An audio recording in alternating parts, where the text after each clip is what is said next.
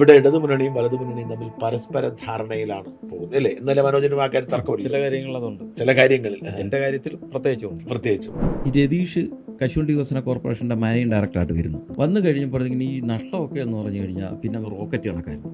ആദ്യത്തെ അതുവരെയുള്ള 35 വർഷത്തെ നഷ്ടം 450 കോടിയാണ്. രതീഷിൻ്റെ ആദ്യത്തെ ഒരു വർഷത്തെ നഷ്ടം 125 കോടി. 35 വർഷത്തെ നഷ്ടത്തിൻ്റെ 4/1 ഒറ്റ വർഷം കൊണ്ട്. ഈ 35 വർഷം 450 കോടി ഉണ്ടായത് പോലും അടിച്ചു മാറ്റുന്നതുകൊണ്ടായിരിക്കുമല്ലോ നേതാക്കൾ. കുറച്ചൊക്കെ ഹാജരുണ്ടെങ്കിൽ, ജോലിയല്ല ഹാജരുണ്ടെങ്കിൽ മാത്രമേ ഇവർക്ക് ESIയിൽ ബെനിഫിറ്റ് കിട്ടത്തുള്ളൂ, ചികിത്സ കിട്ടത്തുള്ളൂ. അവരെ സംബന്ധിച്ച് ഏറ്റവും പ്രധാനം ESI ആണ്. കാര്യം കശുവണ്ടി നമ്മളെ ക്യാൻസർ രോഗികളെ കൊല്ലത്തെടുത്ത് കഴിഞ്ഞാൽ ഏറ്റവും കൂടുതൽ ക്യാൻസർ രോഗികൾ കശുവണ്ടി തൊഴിലാളികൾ.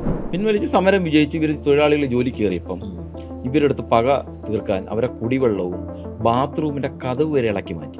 സ്ത്രീകളാ 95% സ്ത്രീകൾ ജോലി ചെയ്യുന്നത്. 42 ദിവസം അവർക്ക് ജോലി നടന്നില്ല, അതിനെ കിട്ടിയില്ല, പണി ചെയ്തില്ലല്ലോ. ഇല്ല, ജോലി ചെയ്തില്ല.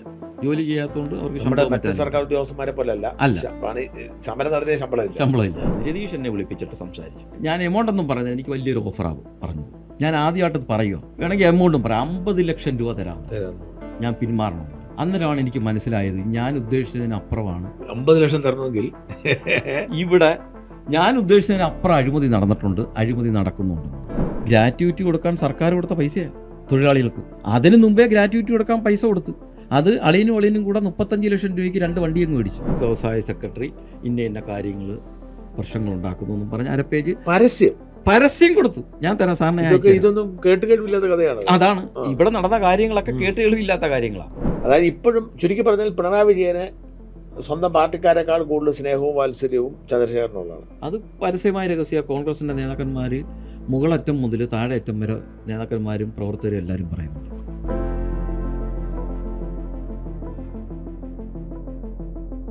നമസ്കാരം.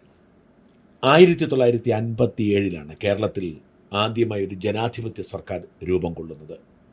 അന്ന് കമ്മ്യൂണിസ്റ്റ് പാർട്ടിയായിരുന്നു കേരളം ഭരിച്ചിരുന്നത്. പിന്നീട് 2025 വരെ കേരളം മാറി മാറി ഭരിക്കുന്നത് LDFും UDFുമാണ്, ഇടതുമുന്നണിയും വലതുമുന്നണിയും. ഈ 2 മുന്നണികളും തമ്മിൽ എന്ത് വ്യത്യാസമെന്ന് പലരും ചോദിച്ച് പുതിയൊരു മുന്നണിയായി BJP രംഗത്ത് വരുന്നുണ്ടായി. അതവിടെ നിൽക്കട്ടെ. ഈ 2 മുന്നണികളും ഭരിക്കുമ്പോൾ പരസ്പരം സഹകരിച്ച് പ്രവർത്തിക്കുന്നു എന്ന ആരോപണം അന്തരീക്ഷത്തിലുണ്ട്. LDFിനെ രക്ഷിക്കാൻ UDFും UDFിനെ രക്ഷിക്കാൻ LDFും പ്രവർത്തിക്കുന്നത് കൊണ്ടാണ് നമ്മുടെ നാട്ടിലെ പല അഴിമതികളും മൂടിവയ്ക്കപ്പെടുന്നത് എന്നാണ് വൈപ്പ്. ഉദാഹരണത്തിന് EK നായനാർ സർക്കാർ പരിശ്രമിച്ചതുകൊണ്ടാണ് PK കുഞ്ഞാലിക്കുട്ടി വളരെ വ്യക്തമായിരുന്ന ഐസ്ക്രീം പെൺവാണിഭ കേസിൽ നിന്ന് രക്ഷപ്പെട്ടതെന്ന് എല്ലാവരും പറയാറുണ്ട്. അങ്ങനെ ഇടതുമുന്നണിയും വലതുമുന്നണിയും തമ്മിലുള്ള കൂട്ടിക്കൊടുപ്പ് രാഷ്ട്രീയം നമ്മുടെ നാട്ടിൽ സജീവമാണെങ്കിലും ആരും കൃത്യമായി എങ്ങനെയാണ് ഇവർ ഒരുമിച്ച് ഈ നാടിന് ഒറ്റുകൊടുക്കുന്നത് എന്ന് വ്യക്തമാക്കിയിട്ടില്ല. അത്തരമൊരു അനുഭവ കഥയാണ് ഇന്നത്തെ പോഡ്കാസ്റ്റിലൂടെ ഞാൻ പ്രിയപ്പെട്ട പ്രേക്ഷകരെ അറിയിക്കുന്നത്. LDFും UDFും ഒരുമിച്ച് നിന്നുകൊണ്ട് വലിയൊരു അഴിമതിക്ക് മറപിടിക്കുക, കുടപിടിക്കുക, അഴിമതിക്കാരനെ രക്ഷിച്ചെടുക്കാൻ ശ്രമിക്കുക എന്ന കഥ. എങ്ങനെയാണ് അവരത് സാധിച്ചെടുക്കുന്നത് എന്ന് ഒരു സാധാരണക്കാരൻ്റെ സംസാരത്തിലൂടെ മനസ്സിലാക്കാം. ആ സാധാരണക്കാരൻ്റെ പേര് മനോജ് കടകംപള്ളി എന്നാണ്. കൊല്ലംകാരനാണ്, ഒരു കശുവണ്ടി തൊഴിലാളിയുടെ മകനാണ്. അദ്ദേഹം ഒരു പൊതുപ്രവർത്തകനാണ്, കോൺഗ്രസ് പാർട്ടിയിൽ പ്രവർത്തിക്കുന്നു. പക്ഷേ ഈ പോരാട്ടത്തിന് ഇറങ്ങിയതുകൊണ്ട് പാർട്ടിയുടെ ഔദ്യോഗികമായ പദവികളൊന്നുമില്ല. എന്തുകൊണ്ടാണ് അയാൾ ഇങ്ങനെ പോരാടുന്നത്? എന്താണ് ഈ 2 മുന്നണികൾ തമ്മിലുള്ള ഐക്യത്തിൻ്റെ ധാര എന്ന് വ്യക്തമാക്കുന്ന പോഡ്കാസ്റ്റിലേക്ക് സ്വാഗതം. നമസ്കാരം മനോജ്. ഞാനിങ്ങനെ മനോജിനെ വിളിക്കാൻ കാര്യം, പലപ്പോഴും ഞാൻ ഈ പോഡ്കാസ്റ്റ് വഴി ഉദ്ദേശിക്കുന്നത് തന്നെ ഒരു വിഷയം കൃത്യമായി അവതരിപ്പിക്കുക. മനോജിനെ വിളിക്കാൻ കാര്യം ഈ ഒരു താല്പര്യത്തിലാണ്. ഇവിടെ ഇടതുമുന്നണിയും വലതുമുന്നണിയും തമ്മിൽ പരസ്പര ധാരണയിലാണ് പോകുന്നത് അല്ലേ? ഇന്നലെ മനോജിനും ആ കാര്യം തർക്കമില്ല. ചില കാര്യങ്ങൾ അതുണ്ട്, ചില കാര്യങ്ങളിൽ എൻ്റെ കാര്യത്തിൽ പ്രത്യേകിച്ചുണ്ട്. അപ്പം മനോജിനെ കുറിച്ചൊന്ന് പരിചയപ്പെടുത്താം. മനോജിൻ്റെ വീട് എവിടെയാണ്, എന്ത് ചെയ്യുന്നു, എങ്ങനെയാണ് എന്ന് പറയാൻ പറ്റുന്ന കാര്യങ്ങൾ. എൻ്റെ പേര് കടകംപള്ളി മനോജ് എന്നാണ്. ഞാൻ കൊല്ലത്ത് വടക്കേയുള്ള സ്വദേശിയാണ്. ടൗണിൽ തന്നെ മാടന്നട എന്ന് പറയും. എനിക്ക് ഭാര്യയും ഒരു മകളും ഉണ്ട്. ഭാര്യയ്ക്കൊരു പ്രൈവറ്റ് സ്കൂളിൽ ജോലിയുണ്ട്. മനോജിന് എന്താ ജോലിയായിട്ടൊന്നുമില്ല, പ്രത്യേകിച്ച് കാര്യമായിട്ടൊന്നുമില്ല, എന്തെങ്കിലുമൊക്കെ ചെയ്ത് കഴിയുക. പൊതുപ്രവർത്തനം അത് കോൺഗ്രസ് പാർട്ടിയിലായിരുന്നു പ്രവർത്തിച്ചിരുന്നത്. അതെ, തുടങ്ങിയ കാലം തൊട്ടേ ഇപ്പം 31 വർഷമായി. അന്ന് തൊട്ടേ ഏകദേശം ഫുൾ ടൈം പ്രവർത്തകനാണ് ഞാൻ പാർട്ടിയുടെ. ഇപ്പോഴും ആണ്. പക്ഷെ പദവിയിലൊന്നും എത്തിയിട്ടില്ല. അല്ല, പദവിയിലെത്തിയിട്ടില്ല. പദവിയിൽ അതിന് ഈ കോൺഗ്രസിൻ്റെ കാര്യം സാറിന് അറിയാമല്ലോ, നേതാക്കന്മാരുടെ അടുത്ത് നിന്ന് നമ്മൾ ആവശ്യപ്പെട്ടാലേ അവർ തരത്തുള്ളൂ. എനിക്കത് ഒരു താല്പര്യമില്ല. അല്ലാതെ എനിക്കതൊരു പാഷനായിട്ട് തോന്നി, ഏറ്റവും നല്ലത് കോൺഗ്രസ് ആണെന്ന് തോന്നിയുകൊണ്ട് കോൺഗ്രസ്സിൽ പ്രവർത്തിക്കുന്നു. എന്തൊക്കെ പദവിയിൽ എത്തിയിട്ടുണ്ട്? ഞാൻ INTUCയിൽ ജില്ലാ സെക്രട്ടറി ആയിട്ടുണ്ട്, വിവിധ യൂണിയനുകളുടെ ഭാരവാഹിയായിട്ടുണ്ട്, ഇപ്പോഴും ആണ്. പാർട്ടിയിൽ ബൂത്ത് പ്രസിഡൻറ്റും ഡിവിഷൻ പ്രസിഡൻറ്റും, അവിടെ കോർപ്പറേഷൻ ആയതുകൊണ്ട് ഡിവിഷനാണ്. അതിന് മേളിലോട്ട് ഒരു പദവിയും പാർട്ടിയിൽ കിട്ടിയിട്ടില്ല. അതിൽ പരാതിയില്ല. യൂത്ത് കോൺഗ്രസിൻ്റെ ബ്ലോക്ക് സെക്രട്ടറി ആയിട്ടുണ്ട്, എനിക്ക് പരാതിയില്ല. എന്നാലും കോൺഗ്രസ്സുകാരനായി തന്നെ തുടരും. തുടരും. എങ്ങനെയാണ് നിങ്ങൾ ഈ R ചന്ദ്രശേഖരൻ്റെ, ഞാൻ പ്രേക്ഷകരോട് പറഞ്ഞില്ല, INTUCയുടെ സംസ്ഥാന പ്രസിഡൻ്റായ R ചന്ദ്രശേഖരൻ, ഒത്തിരി കാലയുടെ അദ്ദേഹമാണ് സംസ്ഥാന പ്രസിഡന്റ്, 18 വർഷം INTUCയുടെ കംപ്ലീറ്റ് നിയന്ത്രണം R ചന്ദ്രശേഖരൻ, കൊല്ലംകാരനാണ്. ഈ R ചന്ദ്രശേഖരനെതിരെ യുദ്ധം നടത്തുകയാണ് ഇദ്ദേഹം. അതാണ് അദ്ദേഹത്തെ, ഈ ചന്ദ്രശേഖരനെ രക്ഷിക്കാൻ വേണ്ടി പിണറായി വിജയൻ കൂട്ടുനിൽക്കുന്ന ഞെട്ടിക്കുന്ന കഥയാണ് നമ്മൾ പറയാൻ പോകുന്നത്. എന്തായാലും ഈ R ചന്ദ്രശേഖരനോടുള്ള പരിചയം എങ്ങനെ? അദ്ദേഹത്തെ പരിചയം ഉണ്ടായിരുന്നോ? പരിചയമുണ്ട്. പുള്ളി അത് നേരത്തെ INTUCയുടെ ഭാരവാഹിയായിരുന്നു, പിന്നെ INTUC പ്രസിഡൻ്റായി. പരിചയമുണ്ട്, നേരിട്ട് പരിചയമുണ്ട്. പക്ഷേ ഞാൻ അദ്ദേഹത്തിനെതിരെ അല്ല ഈ ഫൈറ്റ് തുടങ്ങിയത്. ഞാൻ ഈ കശുവണ്ടി വികസന കോർപ്പറേഷനിലെ അഴിമതിയെക്കുറിച്ച് ശ്രദ്ധിക്കാൻ തുടങ്ങിയതും പരാതി കൊടുക്കാൻ തുടങ്ങിയത് 2008 മുതലാണ്. 2008 എന്ന് പറഞ്ഞാൽ ഇടതുമുന്നണി ഭരണം, BS മുഖ്യമന്ത്രിയും PK ഗുരുദാസൻ കശുവണ്ടി വകുപ്പ് മന്ത്രിയുമായിരുന്നു. അന്ന് ഇപ്പോഴത്തെ കണക്കല്ല, കശുവണ്ടിക്ക് വളരെ പ്രാധാന്യം ഈ ഇടതുപക്ഷം കൊടുക്കുന്നൊരു സമയമായിരുന്നു. അന്ന് എൻ്റെ അമ്മ ജോലി ചെയ്ത എൻ്റെ വീടിൻ്റെ തൊട്ടടുത്തുള്ളൊരു ഫാക്ടറിയിൽ തൊഴിലാളികൾ ഒന്നടങ്കം സമരം ചെയ്തു. അന്ന് ഈ ട്രേഡ് യൂണിയനുകളെ എതിർത്താണ് ട്രേഡ് യൂണിയൻ സമരത്തിനെതിരെ തൊഴിലാളികൾ ഒറ്റക്കെട്ട്, അന്ന് എനിക്ക് തോന്നുന്നു 515 തൊഴിലാളികൾ ആ ഫാക്ടറിയിലുണ്ട്, അവർ ഒറ്റക്കെട്ടായിട്ട് സമരം ചെയ്യുന്നു. സമരത്തിൻ്റെ അന്ന് 2-ൻ്റെ അന്നാണ്. എന്ത് സമരം? അവരുടെ ആവശ്യം എന്ന് വെച്ചാൽ നിലവിലുള്ള ഇപ്പോൾ ആ ഒരു പാറ്റേൺ ഉണ്ട്. കശുവണ്ടി മേഖലയിൽ ഒരു ഷെല്ലിങ്ങിന് ഒരു പീലിങ്, അങ്ങനെയാണ് എൻ്റെ പാറ്റേൺ. ഒരു ദിവസം ഷെല്ലിങ് ജോലി ചെയ്യുന്നവർക്ക് ആ പരിപ്പ് ഒരു ദിവസം പീലിംഗ് ജോലി ചെയ്യണം. അന്നേരം പുതിയൊരു പരിഷ്കാരം, അതാണ് ഈ എഗ്രിമെൻ്റ്, അത്രയും കാലം നിലനിൽക്കുന്ന ഒരു രീതി അതാണ്. അത് നിയമപരമായിട്ടുള്ളതുമാണ്. 2008 വന്നപ്പം അവർ 6 ഷെല്ലിങ്ങിന് 4 പീലിങ്, അങ്ങനെയാണ് ഒരു നടപ്പിലാക്കി. ഈ കാഷ്യൂ കോർപ്പറേഷൻ്റെ പ്രത്യേകതയുണ്ട്, നമ്മളെ കേരളത്തിലെ മറ്റ് പൊതുമേഖലാ സ്ഥാപനങ്ങളെ കണക്കല്ല. ഈ 10-15 തൊഴിലാളികൾ ജോലി ചെയ്യുന്ന സ്ഥാപനമാണ്. അതിൻ്റെ ഡയറക്ടർ ബോർഡ് എന്ന് പറഞ്ഞു കഴിഞ്ഞാൽ ട്രേഡ് യൂണിയൻ നേതാക്കന്മാരാണ് പ്യുവർലി അത് ഭരിക്കുന്നത്. അത് പ്രതിപക്ഷത്തെയും ഭരണപക്ഷത്തെയും പ്രധാന INTUC, CITU, AITUC, UTC, പിന്നെ ഭരണത്തിലിരിക്കുമ്പം മുസ്ലിം ലീഗിനും കൂടെ മുസ്ലിം ലീഗിൻ്റെ ട്രേഡ് യൂണിയനും കൂടെ പ്രാതിനിധ്യം വരും. അങ്ങനെ ഇത്ര ട്രേഡ് യൂണിയനാണ് ഭരിക്കുന്നത്. അന്നേരം അല്ല, അതിൻ്റെ ഭരണ തലവനായി വരുന്നത് ഉദ്യോഗസ്ഥർ തന്നെയല്ലേ? സർക്കാർ രാഷ്ട്രീയക്കാർ തന്നെ ചെയർമാനായി വരുന്നത്? ചെയർമാനായിട്ട് വരുന്നത് രാഷ്ട്രീയക്കാരാണ്. MD ആയിട്ട് വരുന്നതോ? അത് മുൻകാലങ്ങളിൽ ഇപ്പോൾ നമ്മളെ ദേവസ്വം ബോർഡ് പ്രസിഡൻ്റായ ജയകുമാർ സാർ അവിടെ MD ആയിട്ട് ഇരുന്നിട്ടുണ്ട്. T ബാലകൃഷ്ണൻ, അങ്ങനെ IAS ഉദ്യോഗസ്ഥന്മാരാണ് ഇതിൻ്റെ MDമാരായിരുന്നിട്ടുള്ളത്. പക്ഷേ ഈ സമീപകാലത്താണ്, ഒരു 10-20 വർഷമായിട്ടാണ് അതിന് മാറ്റം വന്ന് കോൺട്രാക്റ്റിൽ ആളിനെ എടുക്കാൻ തുടങ്ങി, MD തസ്തികയിലേക്ക്. അങ്ങനെയാണ് ഈ രതീഷ് വരുന്നത്. രതീഷ് സർക്കാർ ജീവനക്കാരനെ അല്ല. അങ്ങനെ 2008 ഈ സമരം, അമ്മ എന്ന് സുഖമില്ലാതിരിക്കുക, ഞാനങ്ങനെ അമ്മയെ കാണാൻ വേണ്ടി വീട്ടിൽ വന്നപ്പം അടുത്തുള്ള എൻ്റെ ഒരു ചേട്ടനായിട്ട് വരും, ചന്ദ്രൻ എന്ന് പറയും. അദ്ദേഹം പറഞ്ഞിട്ട് ഇങ്ങനെ അദ്ദേഹത്തിൻ്റെ വൈഫ് ജോലിക്ക് പോയിട്ട് വന്നില്ല, അവിടെ 2 ദിവസമായിട്ട് സമരമെന്ന് പറഞ്ഞു. ഞാൻ അന്ന് താമസിക്കുന്ന എൻ്റെ കുടുംബ വീട്ടിൽ നിന്ന് ഒരു 10-15 കിലോമീറ്റർ അപ്പുറത്താണ്. അന്നേരം ഇതറിഞ്ഞുകൊണ്ട് ഞാൻ കമ്പനി ചെല്ലുമ്പം ഏകദേശം തൊഴിലാളികളെയൊക്കെ എനിക്ക് പരിചയമുണ്ട്. അവരെൻ്റെ അടുത്ത്, സന്ധ്യസമയമാണ്, എൻ്റെ അടുത്ത് വന്ന് കരഞ്ഞു പറഞ്ഞു, മോനെ ഞങ്ങളെ എങ്ങനെയെങ്കിലും രക്ഷിക്കണം, ഒരു നേതാക്കന്മാരുമില്ല, ഞങ്ങളിവിടെ പട്ടിണി. അന്നേരം രാവും പകലും സമരമാണ്. തലേന്ന് രാത്രി അവർ വീടുകളിൽ പോയിട്ടില്ല, കഞ്ഞി വെച്ച് സമരം നടക്കുക. ഞാൻ കാര്യം ചോദിച്ചപ്പം ഇതാണ് പറയുന്നത്. അന്നേരം അത്യാവശ്യം ചെറിയ ട്രേഡ് യൂണിയൻ പ്രവർത്തനമൊക്കെ ഉണ്ടായതുകൊണ്ട് എനിക്കിതറിയാതെ തെറ്റായിരുന്നെന്ന്. അങ്ങനെ ഞാൻ വിളിച്ച് അതുകൊണ്ടുള്ള കുഴപ്പം എന്നാണ്, അവർക്കുള്ള ബുദ്ധിമുട്ട് എന്നാണ്? അവർക്ക് ഏറ്റവും പ്രധാനം എന്ന് പറഞ്ഞാൽ ഇവർക്ക് DA, ഒരു ജോലിക്ക് ഒരു DA. ഈ 4 എനിക്ക് ഈ കശുവണ്ടി ഇതിനെക്കുറിച്ച് യാതൊരു ധാരണ ഇതെന്ന് പറഞ്ഞു. അതായത് കൊല്ലം ടൗണിൽ തന്നെയാണോ ഈ കശുവണ്ടി ഫാക്ടറികളൊക്കെ ഉള്ളത്? കൊല്ലം ജില്ലയിൽ. കേരളത്തിൽ ഉമ്മൻചാണ്ടി സർക്കാരിൻ്റെ കാലത്തെ കണക്ക് പറയാം, 843 ലൈസൻസ്ഡ് ഫാക്ടറിയാണ് പ്രവർത്തിച്ചു വരുന്നത്. ഇതെല്ലാം കൊല്ലത്ത് വരാൻ കാര്യം എന്നാ? കൊല്ലത്തത് പരമ്പരാഗതമായിട്ട് അന്ന് ഈ തൊഴിലാളികളെ കിട്ടുന്ന, അത് ഒരു ചരിത്രം, 105 വർഷമായി കശുവണ്ടി ഫാക്ടറി കൊല്ലത്ത് വന്നത്.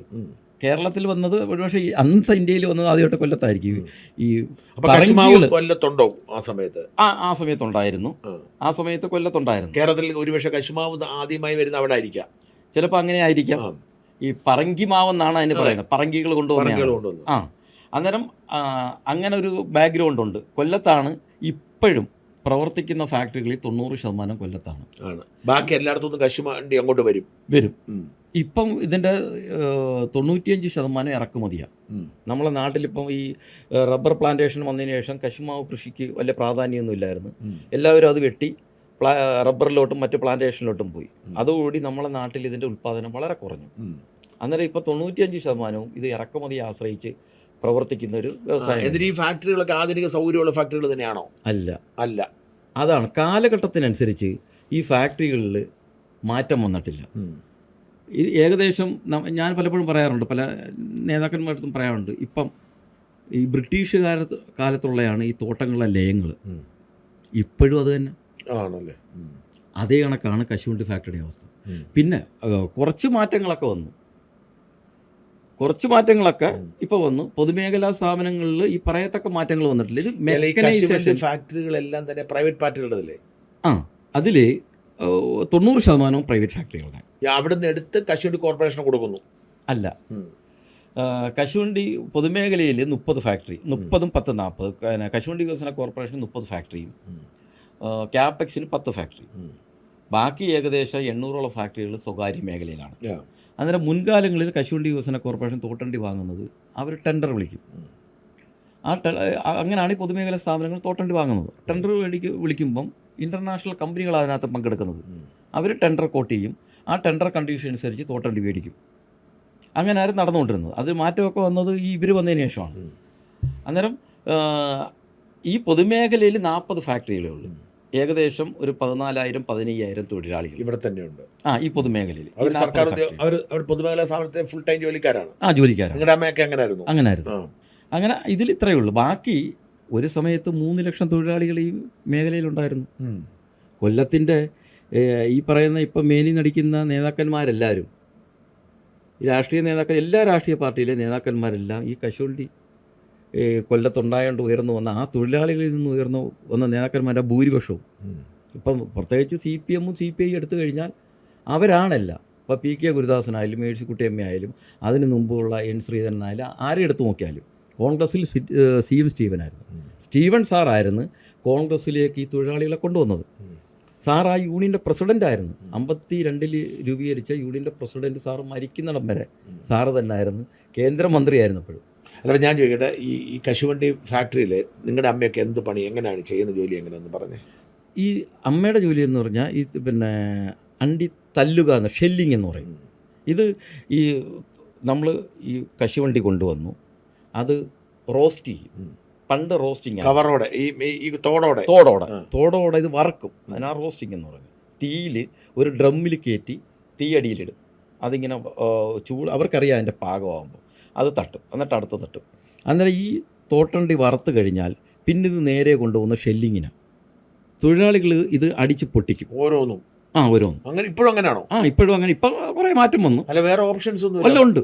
ഇപ്പം ഫുള്ളി മെക്കനൈസ്ഡ് ആണ്, ആരെയും വേണ്ട. അല്ലാതെ ഓരോ കശുവണ്ടി പൊട്ടിക്കാൻ അങ്ങനെ ആര് തന്നു? അങ്ങനെ ആയിരുന്നു. പക്ഷേ ഈ റോസ്റ്റ് ചെയ്ത് വരുന്നതിനകത്ത് തല്ലി പൊട്ടിച്ചേ പറ്റൂ, വേറെ വഴിയൊന്നുമില്ല. ആണോ? ഏറ്റവും ടേസ്റ്റി ആയിട്ടുള്ള പരിപ്പ് ഇതിനാണ്. ഈ ബാക്കി പുഴുങ്ങിയാണ് വരുന്നത്. അല്ലാതെ ഈ തോടോടെ തന്നെ നമ്മൾ ഉണക്കി കൊണ്ടുവന്നു കട്ട് ചെയ്യുന്നുണ്ട്. മിഷനിലും അങ്ങനെയാണ്. ഏതൊക്കെ തരത്തിൽ? ഒന്ന് മൊത്തം കൂടെ റോസ്റ്റ് ചെയ്യുന്നത്, അത് പുഴുങ്ങിക്കൊണ്ടിരുന്നത്. പുഴുങ്ങിക്കൊണ്ടുവരുന്നു. 3 ഇത് രണ്ടും അല്ലാതെ അതേ കണക്ക് കൊണ്ടുവരുന്നത്, ഉണക്കിക്കൊണ്ടുവരുന്നത്. ഇതെല്ലാം ഉണക്കിയാണ് ഇത് ചെയ്യുന്നത്. പക്ഷേ മറ്റേത് പുഴുങ്ങാതെയും റോസ്റ്റ് ചെയ്യാതെയൊക്കെ ഡയറക്റ്റ് കട്ട് ചെയ്യും. ഇതെല്ലാം എന്ത് ചെയ്യണം? തല്ലിപ്പൊട്ടി കഴിയുന്നത് പൊതുവെ അല്ല, ഇതിന് പുഴുങ്ങുന്നതിനും ഡയറക്റ്റും തല്ലി പൊട്ടിക്കണ്ട. ഈ റോസ്റ്റിങ്ങിന് മാത്രമേ ഉള്ളൂ തല്ലി പൊട്ടിക്കേണ്ടത്. ഇത് മറ്റേത് തല്ലിയാൽ പൊട്ടത്തില്ല. ഇത് നല്ല വറുത്ത് വരുന്നതുകൊണ്ട് തല്ലി പൊട്ടിക്കും. തല്ലി പൊട്ടിച്ച് കഴിഞ്ഞാൽ അതിനാണ് ആ ജോലി എന്ന് വെച്ചാൽ ഷെല്ലിങ്ങാണ്. തല്ലി പൊട്ടിച്ച് കഴിഞ്ഞാൽ അവർ തോട് വേറെ, അണ്ടിപ്പരിപ്പ് തൊലിയോടെ വേറെ മാറ്റിയിടും. ഈ തൊലി മാറ്റിയിടുന്നത് നേരെ പീലിങ്ങിന് പോകും. പീലിംഗ് എന്ന് പറഞ്ഞാൽ അവർ ജോലി ചെയ്താൽ ഈ പരിപ്പിൻ്റെ മുകളിലുള്ള തൊലി ഇളക്കുക. അത് കഴിഞ്ഞാൽ ഇത് നേരെ ഒന്നും കൂടെ റോസ്റ്റിങ്ങിന് പോകും. ഒന്നും കൂടെ ചൂടാക്കിയിട്ട് നേരെ ഇത് ഗ്രേഡിങ്ങിന് പോകും. പരിപ്പായ നേരം ഗ്രേഡ് തിരിക്കുക ഏതൊക്കെയാണ്. ഇപ്പോൾ കേരളത്തിലെ തോട്ടണ്ടിയിലാണെങ്കിൽ 150 മുതൽ ഒരു 500 വരെ വരും. നമ്മൾ ആഫ്രിക്കൻ തോട്ടണ്ടിയാണെങ്കിൽ 180 മുതൽ 500 വരെ മുഴുവൻ പരിപ്പ്. പിന്നെ പിളർപ്പ്, അങ്ങനെ ഇതിന് വേസ്റ്റേ ഇല്ല. ഇതിൻ്റെ തൊലിയും തോടും എല്ലാം കാശാ. ഇതിൻ്റെ കംപ്ലീറ്റ് സാധനത്തിനും പൈസ വിലയാണുള്ളത്. അന്നേരം ലോകത്തിലെ ഏറ്റവും വലിയ ക്വാളിറ്റിയുള്ള കാശുണ്ടി ഉൽപ്പാദിപ്പിക്കുന്ന കേരളത്തിലാണ്, ആറളം ഫാമിലാണ്. അതിൽ കണ്ണൂരിലെ ആറളം ഫാമിലാണ്. പിന്നെ അഞ്ചൽ ഫാമിലും കുറച്ചതുണ്ട്. 150 എന്ന് പറയും. 150 എന്ന് പറഞ്ഞാൽ ഗ്രേഡ് എന്ന് പറഞ്ഞാൽ ഈ ഇൻ്റർനാഷണൽ കച്ചവടം എന്ന് പറഞ്ഞാൽ കിലോ അല്ലല്ലോ, പൗണ്ടാണ്. പൗണ്ട് 454 ഗ്രാമാണ് ഒരു പൗണ്ട്. ഈ 454 ഗ്രാം എണ്ണുമ്പം 150 വരുന്ന പരിപ്പ് 150 ഗ്രേഡാണ്. അത് 500 വരെ വരും. അതാണ് ഗ്രേഡ് നിശ്ചയിക്കുന്നത്. ഇപ്പം 150 പരിപ്പിന് 2000 രൂപയാണെങ്കിൽ ഈ 500 ഗ്രേഡിന് വരുന്ന വില ഒരു 600 രൂപയൊക്കെ വരത്തുള്ളൂ. ഇതിനകത്തുള്ള ഡിഫറൻസ് അതാണ്. പകുതിയിലധികം വില വ്യത്യാസം വരും. അങ്ങനെ ഈ 3 സ്ത്രീകൾ ചെയ്യുന്ന 3 ജോലിയാണ് ഷെല്ലിങ്, പീലിങ്, ഗ്രേഡിങ്. ഇതിനകത്ത് വേറൊരു വ്യത്യാസം നമ്മൾ കാണണം. ഒരു ഇതിനകത്ത് സാമൂഹികമായിട്ടൊരു കാര്യമുണ്ട്. ഈ തൊഴിലാളികളിൽ 95% സ്ത്രീകളാണ് ഈ മേഖലയിൽ. ഈ തൊഴിലാളികളിൽ 90% പിന്നോക്ക പട്ടികജാതിക്കാരാണ്. ഈ വ്യവസായത്തിൻ്റെ പ്രത്യേകത ഏതാണ്? ഈ തൊഴിലാളികളിൽ 60% മുകളിൽ പട്ടികജാതി, പട്ടികവർഗം. കേരളത്തിൽ ഏറ്റവും കൂടുതൽ സംഘടിത വ്യവസായ മേഖലയിൽ പട്ടികജാതി സമൂഹം ജോലി ചെയ്യുന്നത് കശുവണ്ടി വ്യവസായത്തിലാണ്. കാഷ്യൂ കോർപ്പറേഷനിലെ നമ്മൾ ഡാറ്റാസ് എടുത്തു കഴിഞ്ഞാൽ 62% പട്ടികജാതി, പട്ടികവർഗ തൊഴിലാളികളാണ്. ഇവർക്ക് തന്നെ ശമ്പളം കാണും. ഷെല്ലിങ് ഇതെല്ലാം പീസ് വർക്ക് കിലോയ്ക്കാണ്. അങ്ങനെ അവർ ജോലി ചെയ്യുന്ന കണക്കാണ് കൂലി. ഇതിനകത്ത് ഗ്രേഡിങ്ങിന് മാത്രമേ ഉള്ളൂ ഒരു ദിവസ ശമ്പളം. ദിവസം എന്ന് പറഞ്ഞാൽ ഒരു തൂക്കിന് അവർക്ക് കൊടുക്കുന്ന പരിപ്പ്, അത് അവർ ജോലി ചെയ്തപ്പോൾ ഒരു ദിവസം കൊണ്ട് ചെയ്ത് കഴിഞ്ഞാൽ അതിന് ഒരു ദിവസത്തെ കൂലിയാണ് 380 രൂപ. അതാണ് ഒരു ദിവസം ചെയ്തത്. ഒരു ദിവസം. മറ്റേതാണെങ്കിലോ തൂക്കത്തിനാണെങ്കിൽ ഏകദേശം ഒരു നല്ല ജോലി ചെയ്യുന്നവർക്ക് ഒരു 400 രൂപ അത്രേ കിട്ടത്തുള്ളൂ. സർക്കാർ ഉദ്യോഗസ്ഥൻ്റെ ആനുകൂല്യങ്ങളൊന്നുമില്ല. അല്ല, അവർക്ക് ESA, PF, ഗ്രാറ്റുവിറ്റി ഉണ്ട്, അല്ലാതെ വേറൊന്നുമില്ല. 400 രൂപ കിട്ടത്തുള്ളൂ. 400 നല്ല ജോലി ചെയ്യുന്നവർക്ക് ചിലപ്പോൾ മാക്സിമം 500 രൂപ കിട്ടിയേക്കും. ഇത് ജോലി ചെയ്തൊക്കെ വരുമ്പോൾ പിന്നെ ഇവർക്ക് എത്ര മണിക്കൂറാണ് ജോലി? രാവിലെ 8 തൊട്ട് 5 വരെ ഫാക്ടറി ടൈമാണ്. ഓക്കെ. ഈ 2008 അവർ സമരം ചെയ്തത് 2008 എന്ന് പറഞ്ഞാൽ ഈ പിന്നെ ഷെല്ലിങ് ഒരു ജോലി ചെയ്ത് കഴിഞ്ഞാൽ അത് നേരെ ഓട്ടോമാറ്റിക്കായിട്ട് പീലിങ്ങിലോട്ട് പോകും. അവർക്കും അത് ഒരു ജോലിയാണ്. അന്നേരം ഈ 2005 ഈ രതീഷ് കശുവണ്ടി വികസന കോർപ്പറേഷൻ്റെ മാനേജിങ് ഡയറക്ടറായിട്ട് വരുന്നു. വന്നു കഴിഞ്ഞപ്പോഴത്തേക്കിന് ഈ നഷ്ടമൊക്കെ എന്ന് പറഞ്ഞു കഴിഞ്ഞാൽ പിന്നെ റോക്കറ്റ് കണക്കായിരുന്നു. ആദ്യത്തെ അതുവരെയുള്ള 35 വർഷത്തെ നഷ്ടം 450 കോടിയാണ്. രതീഷിൻ്റെ ആദ്യത്തെ ഒരു വർഷത്തെ നഷ്ടം 125 കോടിയാണ്. ശരി. അതുവരെയുള്ള 35 വർഷത്തെ നഷ്ടത്തിൻ്റെ 4/1 ഒറ്റ വർഷം കൊണ്ട്. ഈ 35 വർഷം 450 കോടി ഉണ്ടായത് പോലും അടിച്ചു മാറ്റുന്നുണ്ടായിരിക്കുമല്ലോ നേതാക്കൾ. കുറച്ചൊക്കെ അതിൽ ലാഭം വന്ന വർഷങ്ങളുണ്ട്. ലാഭവീതം കൊടുത്തിട്ടുണ്ട് തൊഴിലാളികൾക്ക്. ഇന്ദിരാഗാന്ധി പ്രധാനമന്ത്രിയായിട്ടിരുന്നപ്പോൾ ലാഭവീതം കൊടുത്തു. ശരി. UDF ഭരിക്കുമ്പോൾ തൊഴിലാളികൾക്ക് 100 രൂപ, അന്ന് 100 രൂപ വെച്ച് കൊടുത്തു. 82 3 വർഷം ലാഭം വന്നിട്ടുണ്ട്. അങ്ങനെ ഈ നഷ്ടം കൂടിയപ്പോൾ, അത് ഞാൻ പിന്നീട് മനസ്സിലാക്കുന്ന കാര്യം, നഷ്ടം കൂടിയപ്പം ഇവർക്ക് ഈ തൊഴിലാളികളുടെ ശമ്പളത്തിലും ആനുകൂല്യത്തിലും പിടിക്കാൻ അവർ ശ്രമം തുടങ്ങി. അങ്ങനെ ഇവർ ഡയറക്ടർ ബോർഡ് തീരുമാനിച്ച് പൈലറ്റായിട്ട് നമുക്ക് ഇപ്പോൾ പീലിംഗ് തൊഴിലാളികൾക്ക് 6 ദിവസത്തെ ജോലി എന്നുള്ളത് 4 ദിവസം കുറയ്ക്കുക. പൈലറ്റായിട്ട് ഈ ഫാക്ടറി എൻ്റെ വീടിൻ്റെ അടുത്തുള്ള ഫാക്ടറിയിലാണ് തുടങ്ങിയത്. അന്നേരം നിലവിലുള്ള ട്രേഡ് യൂണിയൻ നേതാക്കന്മാരെല്ലാം കൂടെ തീരുമാനമെടുത്താണ് തുടങ്ങിയത്. അതുകൊണ്ടാണ് ഈ തൊഴിലാളികളുടെ സമരത്തിൽ ട്രേഡ് യൂണിയൻ പങ്കെടുക്കാതെ. അത് അവർക്ക് 6 ദിവസമില്ല, 4 ദിവസമായി ജോലി. ജോലി 6 ദിവസമുണ്ട്, പക്ഷേ ആനുകൂല്യം എല്ലാം 4 ദിവസത്തേ ഉള്ളൂ. എന്നുവെച്ചാൽ DA 4 ദിവസം. DA വരുമ്പം ഇവർക്ക് ഇതിനകത്തൊരു പ്രശ്നം വരുന്നത് ESA കട്ടാവും. ESA 138 ദിവസം ജോലി ചെയ്താൽ ESA കിട്ടും. അത് ഹാഫ് ഇയർലി 79, 6 മാസം കൂടുമ്പം 6 മാസം 78 ദിവസം. 78 ദിവസം ജോലി ഉണ്ടെങ്കിൽ ഹാജരുണ്ടെങ്കിൽ, ജോലിയല്ല ഹാജരുണ്ടെങ്കിൽ മാത്രമേ ഇവർക്ക് ESAയിൽ ബെനിഫിറ്റ് കിട്ടത്തുള്ളൂ, ചികിത്സ കിട്ടത്തുള്ളൂ. അതൊക്കെ ഉണ്ട്. അന്നേരം ഈ തൊഴിലാളികൾ അവരെ സംബന്ധിച്ച് ഏറ്റവും പ്രധാനം ESI ആണ്. കാര്യം കശുവണ്ടി നമ്മളെ ക്യാൻസർ രോഗികളെ കൊല്ലത്തെടുത്ത് കഴിഞ്ഞാൽ ഏറ്റവും കൂടുതൽ ക്യാൻസർ രോഗികൾ കശുവണ്ടി തൊഴിലാളികളാണ്. യൂട്രസിൻ്റെ അതെന്ന് പറഞ്ഞു കഴിഞ്ഞാൽ ഈ പൊടി കാർബണാണല്ലോ ഇവർ. ഇത് ഈ വറുത്ത് കഴിഞ്ഞാൽ ഇത് പിന്നെ കാർബണാവും, കരിയാണല്ലോ. അടിച്ചു പൊട്ടിക്കുമ്പോൾ ഇത് ഇവർ ശ്വസിക്കുവാണല്ലോ. അവർക്ക് വേറെ ഒരു സെക്യൂരിറ്റി മെഷർമെൻറ്റും അവർക്കില്ല. അന്നേരം ഈ ഏറ്റവും കൂടുതൽ പിന്നെ ക്യാൻസർ രോഗികൾ, യൂട്രസ് സംബന്ധമായ രോഗമുള്ളവർ, നടുവിന് അസുഖമുള്ളവർ, ഇതെല്ലാം കശുവണ്ടി തൊഴിലാളികളാണ്. അന്നേരം ഇവരെ സംബന്ധിച്ച് ഈ ESI എന്ന് പറഞ്ഞാൽ അവർക്ക് ഏറ്റവും മർമ്മപ്രധാനമായ കാര്യമാണ്. അന്നേരം അവരെ ഈ തൊഴിലാളികൾ സമരം ചെയ്യാൻ കാര്യം ESI കിട്ടത്തില്ല. അതായത് 6 ദിവസം വർക്ക് ചെയ്താലും 4 കണക്കാക്കും. 4 ഹാജരേ ഉള്ളൂ. ഈ 4 ഹാജരും 4 DA എന്ന് വെച്ച് കഴിഞ്ഞാൽ ഇത് ശമ്പളം പരിഷ്കരിച്ച് അവസാന കാലമൊക്കെ ആകുമ്പം 10-30 രൂപ DA വരും. അന്നേരം ഇത് കട്ട് ചെയ്യുമ്പോൾ ഏകദേശം 10,000-4,000 തൊഴിലാളികളെ കട്ട് ചെയ്യുന്നത്. ഒരു ദിവസം ലക്ഷങ്ങൾ മാറും. ഞാൻ പിന്നീടാണ് മനസ്സിലാക്കിയത് ഇത് നഷ്ടം കുറയ്ക്കാനുള്ള വഴിയാണ്. നമ്മൾ ഈ നടത്തുന്ന അഴിമതി അവിടെ കുറയുന്നില്ല, അത് കുറയ്ക്കാനൊക്കത്തില്ല. പക്ഷേ നഷ്ടം കുറയ്ക്കാനുള്ള ഒരു വഴിയാണ് മാർഗ്ഗമാണ് ഇത് കണ്ടെത്തിയത്. വേറൊരു കാര്യം, 125 കോടി നഷ്ടമുണ്ടായ കാലത്ത് ആ വർഷം 30 കോടി രൂപയാണ് തൊഴിലാളികൾക്ക് ശമ്പളവും മറ്റ് ആനുകൂല്യങ്ങളുമായിട്ട് കൊടുത്തത്. ഈ കശുവണ്ടി വികസന കോർപ്പറേഷൻ സ്ഥാപിച്ചത് തന്നെ കശുവണ്ടി വ്യവസായത്തിൽ കൃത്യമായി ജോലിയും ശമ്പളവും ആനുകൂല്യങ്ങളും കൊടുക്കാനാണ്. അന്നേരം ഈ സർക്കാർ കാലാകാലങ്ങളിൽ പൈസ കൊടുക്കുന്നത് ഈ വ്യവസായ മേഖലയിലെ മോഡൽ എംപ്ലോയർ, അങ്ങനെയാണ് ക്യാഷ് കോർപ്പറേഷൻ വിളിക്കുന്നത്. ഇവർ ചെയ്യുന്നത് മറ്റ് മാതൃകയാക്കുക. എന്നാൽ കശുവണ്ടി വ്യവസായത്തിൽ ക്യാഷ് കോർപ്പറേഷൻ എന്ത് ചെയ്യുന്നു അത് മുതലാളിമാർ മാതൃകയാക്കണം. അതാണ്. അന്നേരം ഇങ്ങനൊരു തട്ടിപ്പ് ഇവിടെ തുടങ്ങുമ്പം കശുവണ്ടി വ്യവസായികൾ പിന്നെ അത് അവർ 5 കൊടുക്കുന്നത് പിന്നെ അവരങ്ങ് 3 ആക്കും. മനസ്സിലായി. അപ്പോൾ എന്നിട്ട് ഈ 2008 നിങ്ങൾ സമരം എന്ത് സംഭവിച്ച സമരത്തിന്? 42 ദിവസം സമരം ചെയ്തു. ജോലി ചെയ്തേയില്ല. തൊഴിലാളികൾ ജോലി ചെയ്തില്ല. അത് 2 ഘട്ടമായിട്ടാണ്. ആദ്യത്തെ ദിവസം 30 ദിവസം ആയപ്പോഴത്തേക്കിന് ഇത് വലിയ വാർത്താ പ്രാധാന്യം നേടി. പൊതുമേഖലയിൽ ഇങ്ങനെ അന്ന് PK ഗുരുദാസൻ മന്ത്രിയാണ്. അന്നേരം ഈ സമരത്തിൽ മേഴ്സിക്കുട്ടിയമ്മ വരെ വന്ന് ഈ സമരത്തിൽ അന്ന് CA2 നേതാവാണ്. ഈ തൊഴിലാളികളെ കണ്ട് സംസാരിച്ച് ഞാൻ അറിഞ്ഞത് മേഴ്സിക്കുട്ടിയമ്മ ഈ സമരത്തിന് അനുകൂലമായിരുന്നു മനസ്സുകൊണ്ട്. പക്ഷേ ട്രേഡ് യൂണിയൻ നേതാക്കന്മാരാണല്ലോ ഭരിക്കുന്നത്. അവസാനം 30 ദിവസമായപ്പം ഇവർ പിൻവലിച്ചു. സമരമല്ല, ഈ പുതിയ തീരുമാനം പിൻവലിച്ച് സമരം വിജയിച്ച് ഇവർ തൊഴിലാളികൾ ജോലി കയറിയപ്പം ഇവരെടുത്ത് പക തീർക്കാൻ അവരെ കുടിവെള്ളവും ബാത്റൂമിൻ്റെ കതവ് വരെ ഇളക്കി മാറ്റി. സ്ത്രീകളാണ് 95% സ്ത്രീകൾ ജോലി ചെയ്യുന്നത്. അങ്ങനെ അവർ വീണ്ടും സമരം ചെയ്തു. അങ്ങനെ 42 ദിവസം സമരം ചെയ്ത് ഏകദേശം എല്ലാം ഭംഗിയായിട്ട് സമരം വിജയിച്ചു.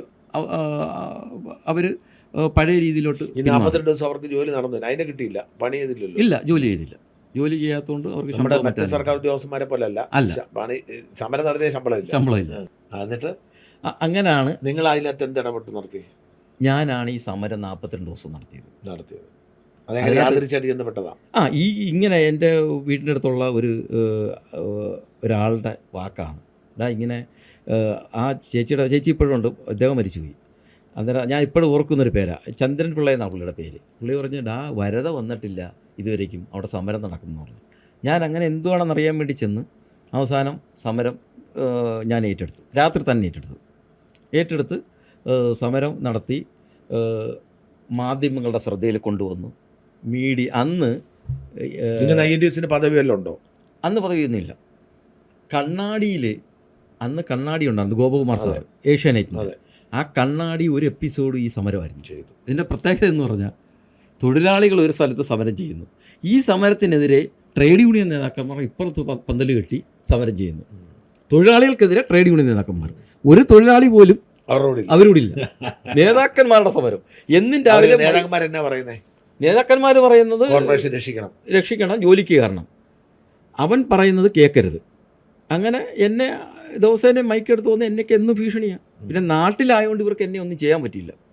ലോക്കൽ നമുക്ക് അത്യാവശ്യം ബന്ധവും പരിചയമൊക്കെ ഉണ്ടായതുകൊണ്ട് അവർക്ക് എന്നെ ഒന്നും ചെയ്യാൻ പറ്റില്ല. എന്നും രാവിലെ മൈക്കെടുത്ത് വലിയ നേതാക്കന്മാരാ വന്ന്. എന്നിട്ട് നിങ്ങൾ ആ നേതൃരംഗത്ത് തുടർന്നില്ല? പിന്നെ ഞാൻ തുടർന്നു. ആ ഫാക്ടറിയിൽ അതിനകത്ത് വേറൊരു പ്രത്യേകത ഉണ്ടായിരുന്നു സാർ. കശുവണ്ടി വികസന കോർപ്പറേഷനിൽ ട്രേഡ് യൂണിയൻ നേതാക്കന്മാരാണ് ഭരിക്കുന്നത്. അത് സ്റ്റീവൻ സാറ് 69 രൂപീകരിച്ചപ്പോൾ അതും കൂടെ പറയാതെ പോകുന്നത് ശരിയല്ല. ഇതിൻ്റെ സ്ഥാപകൻ CM സ്റ്റീവനാണ്. സാറ് രൂപീകരിക്കുമ്പം അന്ന് ഈ മാർക്സിസ്റ്റ് പാർട്ടി വിളിച്ചൊരു മുദ്രാവാക്യമുണ്ട്, സ്റ്റീവൻ പദ്ധതി അറബിക്കടൽ. എന്നുവെച്ചാൽ ഈ കാഷ്യൂ കോർപ്പറേഷൻ അവർ ഈ കമ്പ്യൂട്ടറിന് എതിർത്തതാണ്.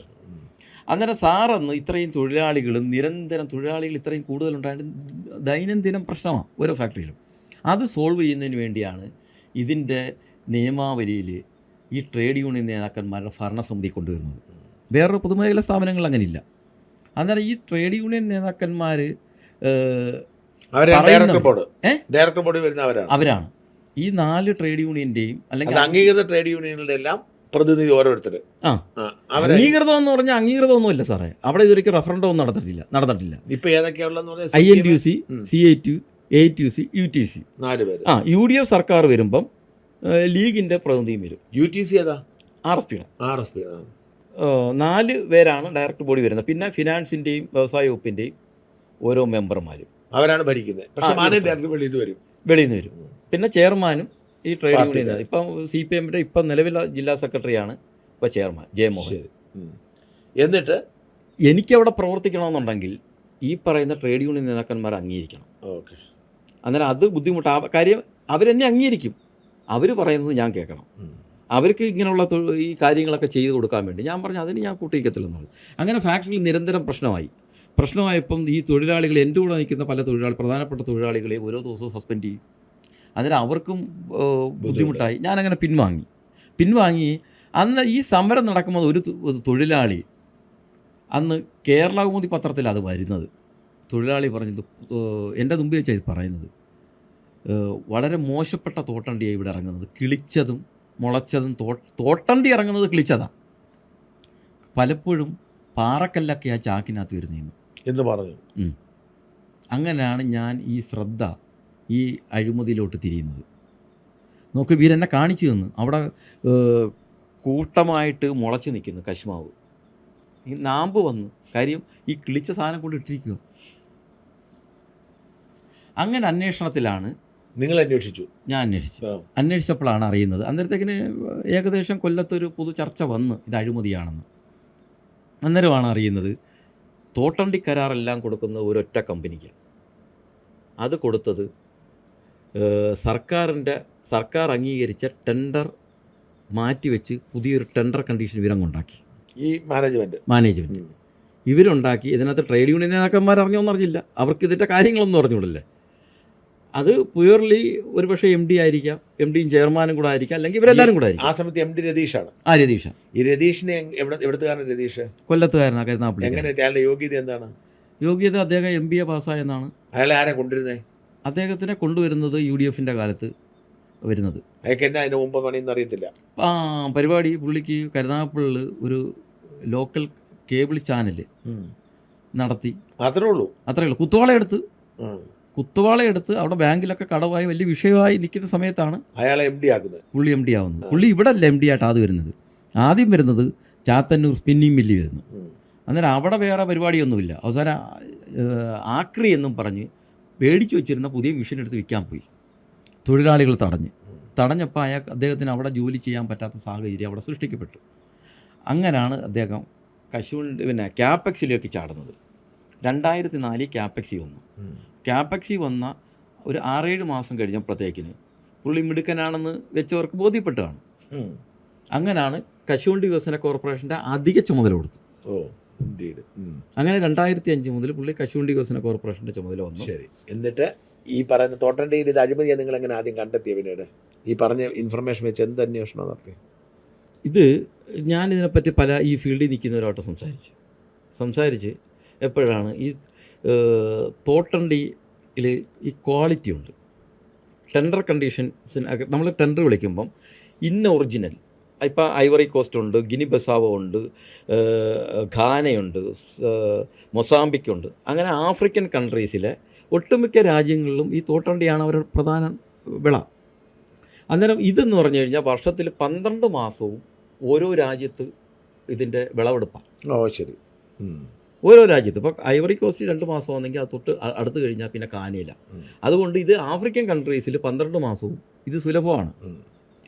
അന്നേരം ഈ ടെൻഡർ വയലേഷൻ നടത്തി ഇവർ. ടെൻഡറിലെന്ന് പറഞ്ഞാൽ അതുവരെ ഇൻ്റർനാഷണൽ സപ്ലൈസിന് മാത്രമേ കശുവണ്ടി വികസന കോർപ്പറേഷനിൽ ടെൻഡറിൽ പങ്കെടുക്കാൻ പറ്റൂ. അത് ഇൻ്റർനാഷണൽ എന്ന് പറഞ്ഞു കഴിഞ്ഞാൽ അതിനൊരു ഫോറിൻ ബാങ്കിൻ്റെ ക്രെഡിബിലിറ്റി സർട്ടിഫിക്കറ്റ് വേണം അവർക്ക്. അങ്ങനെ ഫോറിൻ ബാങ്കിൻ്റെ ക്രെഡിബിലിറ്റി സർട്ടിഫിക്കറ്റ് പെട്ടെന്ന് കിട്ടത്തില്ല. വർഷങ്ങളുടെ ആ ബാങ്കുമായിട്ട് ഇടപാടുണ്ടെങ്കിൽ മാത്രമേ അങ്ങനെ കിട്ടത്തുള്ളൂ. അത് ഇൻ്റർനാഷണൽ ഒരു രീതിയാണ്. അന്നേരം കശുവണ്ടി വികസന കോർപ്പറേഷനിൽ അതുവരെ നിന്നിരുന്ന ആ രീതി അങ്ങ് മാറ്റി.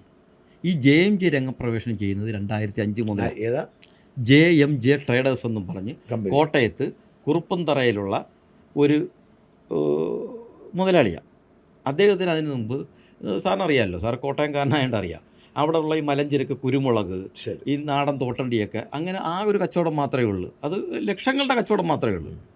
ഈ 2005 ഈ JMJ അവിടെ രംഗപ്രവേശനം വരുമ്പോഴത്തേക്കിന് ബാക്കി ഈ എല്ലാ മാന്യമായിട്ട് ബിസിനസ് നടത്തിയവരെല്ലാവരും ഒഴിവാക്കി. ഇന്റർനാഷണൽ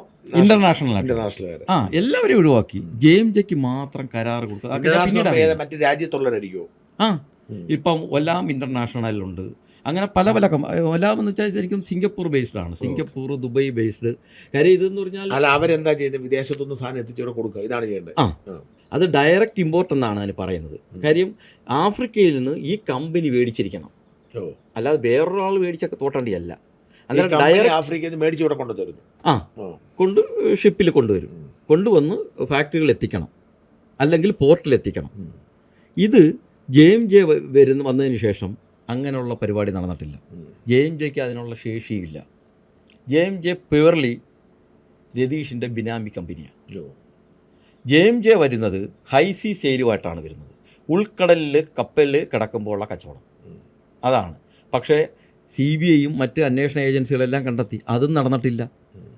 ഇവിടുന്ന് ടെൻഡർ എടുക്കുക, ടെൻഡർ എടുത്തു കഴിഞ്ഞാൽ, ടെൻഡർ ഉറപ്പിച്ചു കഴിഞ്ഞാൽ പുള്ളി നടന്ന് ലോക്കലായിട്ട് സാധനങ്ങൾ പലരെ കയ്യിൽ നിന്ന് ഒരു 2000 ടൺ വേണമെങ്കിൽ പുള്ളി മേടിക്കുന്ന 5 പേരെ ഇന്ന് തോട്ടണ്ടി മേടിക്കും. 5 പേരെ ഇന്ന് മേടിക്കുമ്പോൾ ഇത് 5 ക്വാളിറ്റിയാണ്. ഇവിടെ വന്നിട്ട് പുള്ളി ഈ കൂടിയ ക്വാളിറ്റി ആയിരിക്കും ടെൻഡർ വെച്ചിരിക്കുന്നത്, അതെന്നും പറഞ്ഞ് ഇവിടെ കൊടുക്കും. ഇവിടെ വേറെ പ്രശ്നങ്ങളൊന്നുമില്ല. അത് അംഗീകരിച്ച് അത്രയും പൈസ. കൊല്ലത്തുനിന്ന് നടന്ന് തന്നെ പലതും മേടിക്കുക. അത് തെളിവുണ്ട് അതിന്. അത് നാട്ടിൽ തന്നെ മേടിക്കുക. അല്ല, വെളിയിൽ നിന്നല്ല. കൊല്ലത്തുള്ള പല മുതലാളിമാരും അവർ ഇറക്കി വെച്ചിരിക്കുന്ന തോട്ടണ്ടിയുണ്ട്. അവരിറക്കുമെന്ന്. അവർ ആഫ്രിക്കയിൽ നിന്നൊക്കെ ഇറക്കുന്നവരുണ്ട്. അവർ അതിനേക്കാൾ ചെറിയ പൈസ കിട്ടിയാൽ മതി. പിന്നെ അതുമല്ല, ഇരുന്ന് പഴകി ക്വാളിറ്റിയൊക്കെ നഷ്ടപ്പെടും. പഴകിയ തോട്ടം 1 വർഷം കഴിഞ്ഞാൽ ഈ തോട്ടണ്ടിയിൽ ഔട്ടേൺ വളരെ കുറവായിരിക്കും. ഈ കിട്ടുന്ന പരിപ്പിന് മഞ്ഞ കളർ വരും, അത് മോശമായിരിക്കും. അന്നേരം ഇതൊക്കെ പൊക്കി എടുത്തോളൂ. അതാണ് ഇവിടുന്ന് കിളിക്കുന്നത്. ഇവിടെ കൊണ്ടുവരുമ്പോൾ കിളിക്കുന്നത് അതുകൊണ്ടാണ്. അങ്ങനെ JMJ കൊല്ലത്തുള്ള പല മുതലാളിമാരെ കയ്യിൽ നിന്നും തോട്ടണ്ടി വാങ്ങി ഇവിടെ കൊടുക്കും. അത് റിയാബിൻ്റെ വ്യവസായ വകുപ്പിൻ്റെ റിപ്പോർട്ടിൽ കൃത്യമായിട്ട് അവരൊരു സർക്കിൾ വരച്ച് കാണിച്ച് JMJ മേടിച്ചിട്ടുള്ള തോട്ടണ്ടി ആഫ്രിക്കയിൽ നിന്ന് വന്ന വഴി ഏകദേശം 7-8 കൈമറിഞ്ഞാണ് JMJയുടെ കയ്യിരുന്നത്. JMJ അന്ന് 3000 ടൺ തോട്ടണ്ടി കൊടുത്തതും കണ്ട് 6 കമ്പനിയുടെ കയ്യിൽ നിന്നാണ് തോട്ടണ്ടി വാങ്ങിയിരിക്കുന്നത്. ഇത് 6 ക്വാളിറ്റിയാണ്. അത് എഗ്രിമെൻറ്റിനകത്ത് തന്നെ ഉണ്ട്. കാര്യം ഇതിൻ്റെ ആഫ്രിക്കയിൽ നിന്ന് വരുമ്പം തൊട്ട് ഇതിന് എഗ്രിമെൻറ്റാണ്. ഇതിന് 6-7 കൈമറിഞ്ഞാൽ ഇത്ര എഗ്രിമെൻ്റ് ഉണ്ട്. ഈ എഗ്രിമെൻറ്റ് പരിശോധിച്ചപ്പം JMJ ഇവിടെ കൊടുത്തിരിക്കുന്ന 52 ഔട്ടേണുള്ള തോട്ടണ്ടിക്ക് യഥാർത്ഥത്തിൽ 44 ഔട്ടേണേ ഉള്ളൂ. അങ്ങനെയാണ് റിയാബ് പിടിച്ചത്. അല്ല, നിങ്ങൾ ഇതിന് പുറകെ പോയോ? ഞാൻ ആദ്യം തന്നെ ഞാനിത് പരാതി കൊടുത്തു. അന്ന് PK ഗുരുദാസൻ മന്ത്രി, അദ്ദേഹത്തിന് പരാതി പരാതി കൊടുത്തപ്പോൾ എനിക്ക് മറുപടി വന്നത് അത് അന്വേഷിക്കാനായിട്ട് കാഷ്യൂ കോർപ്പറേഷൻ MD ചുമതലപ്പെടുത്തിയെന്ന് നിങ്ങൾ പറഞ്ഞ അയാൾ അഴിമതി നടത്തുന്നത് പറഞ്ഞത്. എൻ്റെ പരാതി എനിക്ക് തോന്നുന്നത് അത് ഒരുപക്ഷെ ഗുരുദാസ് സാർ ഇത് കാണാൻ സാധ്യതയില്ല. പാവപ്പെട്ട അഴിമതിക്കാരനെ അല്ല, അതല്ല, ക്രിസ്റ്റൽ ക്ലിയറാണത്. അന്നേരം അദ്ദേഹം കണ്ടു കാണത്തില്ലായിരിക്കും, ആ ഓഫീസിലുള്ള ആരെങ്കിലും ആയിരിക്കും ചെയ്തത്. MDക്ക് അന്വേഷിക്കാൻ വന്നപ്പം ഈ രതീഷ് എന്നെ വിളിപ്പിച്ചു. അന്നേരത്തേക്ക് ഞാൻ അത്യാവശ്യം അറിയുന്നില്ല, സമരം നടത്തിയപ്പോഴത്തേക്ക് അറിയപ്പെടുന്ന രീതിയിൽ രതീഷ് എന്നെ വിളിപ്പിച്ചിട്ട് സംസാരിച്ചപ്പം ഞാൻ എമൗണ്ടൊന്നും പറഞ്ഞത് എനിക്ക് വലിയൊരു ഓഫറാകും പറഞ്ഞത്. ഞാൻ ആദ്യമായിട്ടത് പറയുമോ, വേണമെങ്കിൽ എമൗണ്ടും പറയാം, 50 ലക്ഷം രൂപ തരാമെന്ന് ഞാൻ പിന്മാറണമെന്ന് പറഞ്ഞു. അന്നേരമാണ് എനിക്ക് മനസ്സിലായത് ഞാൻ ഉദ്ദേശിച്ചതിനപ്പുറമാണ് 50 ലക്ഷം തരണമെങ്കിൽ ഇവിടെ ഞാൻ ഉദ്ദേശിച്ചതിന് അപ്പുറം അഴിമതി നടന്നിട്ടുണ്ട്, അഴിമതി നടക്കുന്നുണ്ടെന്നാണ്. അങ്ങനെയാണ് ഞാൻ പിന്നെ അത് അന്വേഷണം നടന്നില്ല. വീണ്ടും പരാതി കൊടുക്കും, പലപ്പോഴൊക്കെ എന്നെ വിളിക്കും. ഒരു തവണ എന്നെ വിളിച്ച് ഭീഷണിപ്പെടുത്തി ഫോണിൽ കൂടെ. ആരെ? രതീഷ് തന്നെ. രതീഷ്. ഞാൻ അതിനും വേണമെങ്കിൽ ഞാൻ പറഞ്ഞു ഞങ്ങൾക്ക് ചെയ്യാനുള്ളത് നിങ്ങൾ ചെയ്തോളാൻ പറഞ്ഞു. അങ്ങനെ ഇടതുപക്ഷ സർക്കാരിൻ്റെ കാലത്ത് അന്വേഷണം നടന്നില്ല, ഒരെണ്ണം ഒഴിച്ച്. അപ്പോഴത്തേക്കിന് സിയാൻഡേജ് റിപ്പോർട്ട് വന്നു. സിയാൻഡേജ് റിപ്പോർട്ടിനകത്താണ് ആദ്യമായിട്ട് നിങ്ങൾ ഈ പരാതി ഇവിടെ മാത്രമേ കൊടുത്തിട്ടുള്ളൂ. അപ്പോൾ ഈ മന്ത്രിക്ക് മാത്രമേ കൊടുത്തിട്ടുള്ളൂ പരാതി. മന്ത്രിക്കും മുഖ്യമന്ത്രിക്കും ധനകാര്യമന്ത്രിക്കും എല്ലാം നമുക്ക് വേറെ കൊടുക്കാൻ ഓപ്ഷനില്ല. അന്ന് കോടതി പോകാനുള്ള ശേഷിയില്ല. അല്ല, കോടതി പോകണമെങ്കിൽ നമ്മൾ തെളിവും കൊണ്ട് പോകണം. അങ്ങനെ സിയാൻഡേജ് റിപ്പോർട്ട് വന്നു. അത് വലിയ വിവാദമായി. സിയാൻഡേജ് റിപ്പോർട്ടിൻ്റെ അകത്ത് ഇത് എഴുതി ഇങ്ങനെ അഴിമതി ഉണ്ടെന്ന് കൃത്യമായി 100% എഗ്രിമെൻറ്റും ഒരു കമ്പനി മുഖേനയാണ് കൊടുത്തിരിക്കുന്നത്. അത് സ്റ്റോർ പർച്ചേസ് മാനുവലിൻ്റെ ലംഘനം, CVC ഗൈഡ് ലൈൻ്റെ ലംഘനം എന്ന് അടിവരയിട്ട് സിയാൻഡേജ് റിപ്പോർട്ടിൽ പറഞ്ഞു. അതുമാത്രമല്ല, സ്റ്റേറ്റ് ട്രേഡിംഗ് കോർപ്പറേഷനുമായിട്ട് കശുവണ്ടി വികസന കോർപ്പറേഷന് എഗ്രിമെൻറ്റ് നിലനിൽക്കുകയാണ്. തോട്ടണ്ടി വാങ്ങാനുള്ള ഇവർക്ക് തോട്ടണ്ടി വാങ്ങാൻ സ്റ്റേറ്റ് ട്രേഡിംഗ് കോർപ്പറേഷന് പൈസ കൊടുക്കണ്ട. അത് ഗവൺമെൻറ് ഗ്യാരണ്ടി കൊടുക്കും, അല്ലെങ്കിൽ പ്രോസസ്സ് ചെയ്തിട്ട് പൈസ കൊടുത്താൽ മതി. ഇതാണ് കണ്ടീഷൻ. അന്നേരം 5% അവർക്ക് കൈകാര്യ ചിലവ് കൊടുക്കണം. അത്രയേ ഉള്ളൂ എഗ്രിമെൻറ്റ്. പക്ഷേ സ്റ്റേറ്റ് ട്രേഡിംഗ് കോർപ്പറേഷനുമായിട്ട് ഇവർക്ക് ഒരു ഇടപാടും നടത്തിയില്ല. സ്റ്റേറ്റ് ട്രേഡിംഗ് കോർപ്പറേഷനോ കശുവണ്ടി മേടിക്കാൻ ലൈസൻസ് ഉള്ളവരാ അവിടെ? അല്ല, അത് സെൻട്രൽ ഗവൺമെൻറ് പൊതുമേഖലാ സ്ഥാപനം. സെൻട്രൽ ഗവൺമെൻറ് അവർക്കിപ്പോൾ നമുക്ക് 5000 ടൺ തോട്ടണ്ടി വേണമെന്ന് പറഞ്ഞാൽ അവർ ഏത് ഒറിജിനാന്ന് വെച്ചാൽ ആ ഒറിജിൻ അവർ അവിടെ നിന്ന് ആഫ്രിക്കയിൽ നിന്ന് എടുത്ത് ഇവർക്ക് കൊണ്ട് കൊടുക്കും. ഇവർക്ക് അതിനകത്ത് വേറെ ഇടപാടൊന്നുമില്ല. ഇവർ മാത്രം പ്രോസസ്സ് ചെയ്ത് മുന്നോട്ട് പോയാൽ മതി. തൊഴിലാളികൾ ജോലി കൊടുക്കാനുള്ള സ്ഥാപനമാണല്ലോ അത്. അന്നേരം അങ്ങനെ പോയാൽ മതി. പക്ഷേ ഈ സിയാൻഡേജ് റിപ്പോർട്ടിൽ അക്കമിട്ട് ഓരോ കാര്യങ്ങളും നിരത്തി. അങ്ങനെയാണ് ഇത് കൂടുതൽ വിവാദമാകുന്നത്. അന്നേരത്തേക്കിന് ഞാൻ അന്നത്തെ ധനകാര്യ സെക്രട്ടറി, എനിക്ക് തോന്നുന്നു പോൾ ആൻ്റണി, അദ്ദേഹം പിന്നെ ചീഫ് സെക്രട്ടറി ആയി, പിന്നെ PF കമ്മീഷണറൊക്കെ ആയത്. ഇപ്പോൾ കേരളത്തിലുണ്ട് അദ്ദേഹം. ഏതൊരു സ്ഥാപനത്തിൻ്റെ റിട്ടയർ ചെയ്തിട്ട് ചുമതലയുണ്ട്. പോൾ ആൻ്റണി അല്ല, KSRTC ഒന്നില്ല, പുള്ളി ചീഫ് സെക്രട്ടറി ആയിരുന്നു. അന്നേരം അദ്ദേഹത്തിന് കൊടുത്തൊരു പരാതി അവർ ഫിനാൻസ് ഇൻസ്പെക്ഷൻ വിങ്ങിനെ കൊണ്ട് അന്വേഷിപ്പിച്ചു. അദ്ദേഹം ധനകാര്യ സെക്രട്ടറിയാണ്. എന്നിട്ട് അദ്ദേഹം അത് അഴിമതിയാണ്, MDക്കെതിരെ നടപടി ശുപാർശ ചെയ്തു. അന്നേരം LDF സർക്കാരിൻ്റെ കാലം, അവസാന കാലം. പക്ഷേ ഒരു നടപടി ഉണ്ടായില്ല. അന്നേരത്തേക്കിന് ഇതെല്ലാം പത്രവാർത്ത വന്നുകൊണ്ടിരിക്കുക. അത് കഴിഞ്ഞ് ഉടനെ UDFൻ്റെ ഭരണം വന്നു. അന്നേരം രതീഷ് വേറൊരു പരിപാടിയും കൂടെ ചെയ്തു. 2011 ഇലക്ഷന് തൊട്ട് മുമ്പ്, എനിക്ക് തോന്നുന്നു ഇലക്ഷൻ ഡിക്ലെയർ ചെയ്ത തോന്നുന്നു, നിയമസഭാ ഇലക്ഷൻ, കശുവണ്ടി വികസന കോർപ്പറേഷൻ ലാഭത്തിലായെന്നും പറഞ്ഞൊരു പ്രചരണം നടത്തി.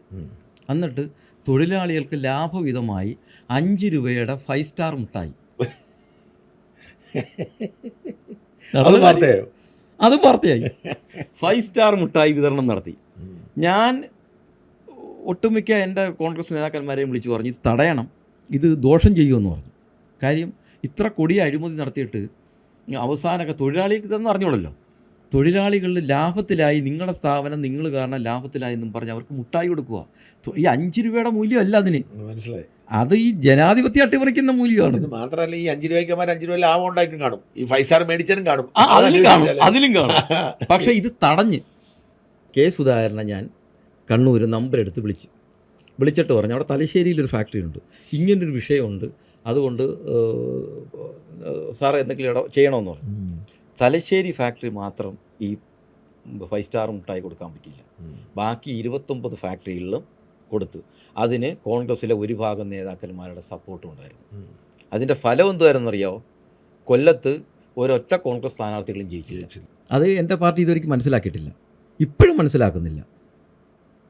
ഈ തൊഴിലാളികളുടെ ശക്തി എന്തുവാണെന്ന് ഈ പാർട്ടി മനസ്സിലാക്കുന്നില്ല. ശരി, എന്നിട്ട് അങ്ങനെ പരാതി കൊടുത്തു.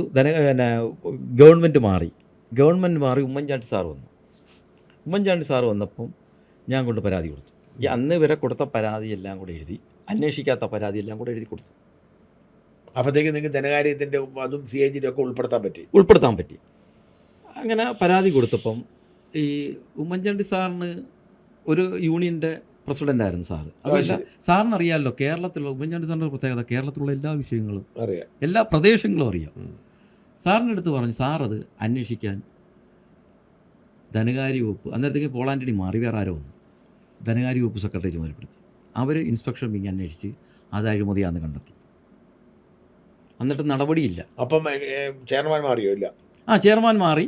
ഈ ചെയർമാൻ വരുന്ന പുതിയ ചെയർമാനാണ് ചന്ദ്രശേഖരൻ വന്നു. ചന്ദ്രശേഖരൻ വരുന്ന ആ സമയത്താണ്. ചന്ദ്രശേഖരൻ വരുമ്പോൾ ഈ അഴിമതി കത്തി നിൽക്കുക. അതും കൂടെ ഇടയ്ക്ക് പറഞ്ഞു പോകണം. കൊല്ലത്ത് പല നേതാക്കന്മാരെയും ഈ കാഷ്യൂ കോർപ്പറേഷൻ ചെയർമാനാക്കാൻ വേണ്ടി അഭിപ്രായം ചോദിച്ചു. അവരെല്ലാവരും പറഞ്ഞൊരു കാര്യമുള്ളൂ, രതീഷിനെ മാറ്റുകയെന്നുണ്ടെങ്കിൽ അവർ ആവാം. അല്ല, വേണ്ട. ഇനി പറയാം, വേറെ ആര് വന്നാലും രതീഷിന് അവിടെ MD ആയിട്ടിരിക്കാൻ പറ്റത്തില്ലായിരുന്നു. ഇതിൻ്റെ രതീഷാണ് ഞാൻ അറിഞ്ഞതും മനസ്സിലാക്കിയതും ചന്ദ്രശേഖരനെ കൊണ്ടുവന്നത്. അത് പാർട്ടി മാത്രമല്ല, പാർട്ടിക്ക് പുറത്തുള്ള ചില വേറെ ഇടപെടലിലും സാമൂഹ്യ ഇടപെടൽ അറിയാലോ. UDF വന്നു കഴിഞ്ഞാൽ ചില കേന്ദ്രങ്ങൾ ഇടപെടുമല്ലോ, ആ കേന്ദ്രങ്ങൾ ഇടപെട്ടാണ് ഇത് A ഗ്രൂപ്പിന് പറഞ്ഞു വെച്ചിരുന്ന കോർപ്പറേഷൻ I ഗ്രൂപ്പിൻ്റെ കയ്യിൽ പോന്നു. അന്ന് സാറ് പഴയ ക്ലിപ്പിംഗ് എടുത്തു കഴിഞ്ഞാൽ ഞാനന്ന് ലൈവായിട്ട് കണ്ട, എനിക്ക് ഇപ്പോഴും നല്ല ഓർമ്മയുണ്ട്. ഞാൻ വീട്ടിൽ ഇരിക്കുക. അന്നത്തെ KPC പ്രസിഡൻ്റ് പത്രസമ്മേളനം, രമേശ് ചെന്നിത്തലയാണ് പ്രസിഡന്റ്. അന്ന് ഒരാൾക്കൊരു പദവി, പാർട്ടി പദവിയുള്ളവർക്ക് പൊതുമേഖലാ സ്ഥാപനങ്ങളോ മറ്റ് സ്ഥാനങ്ങളോ ഇല്ല എന്നൊരു തീരുമാനം KPCC എടുത്തു. പക്ഷേ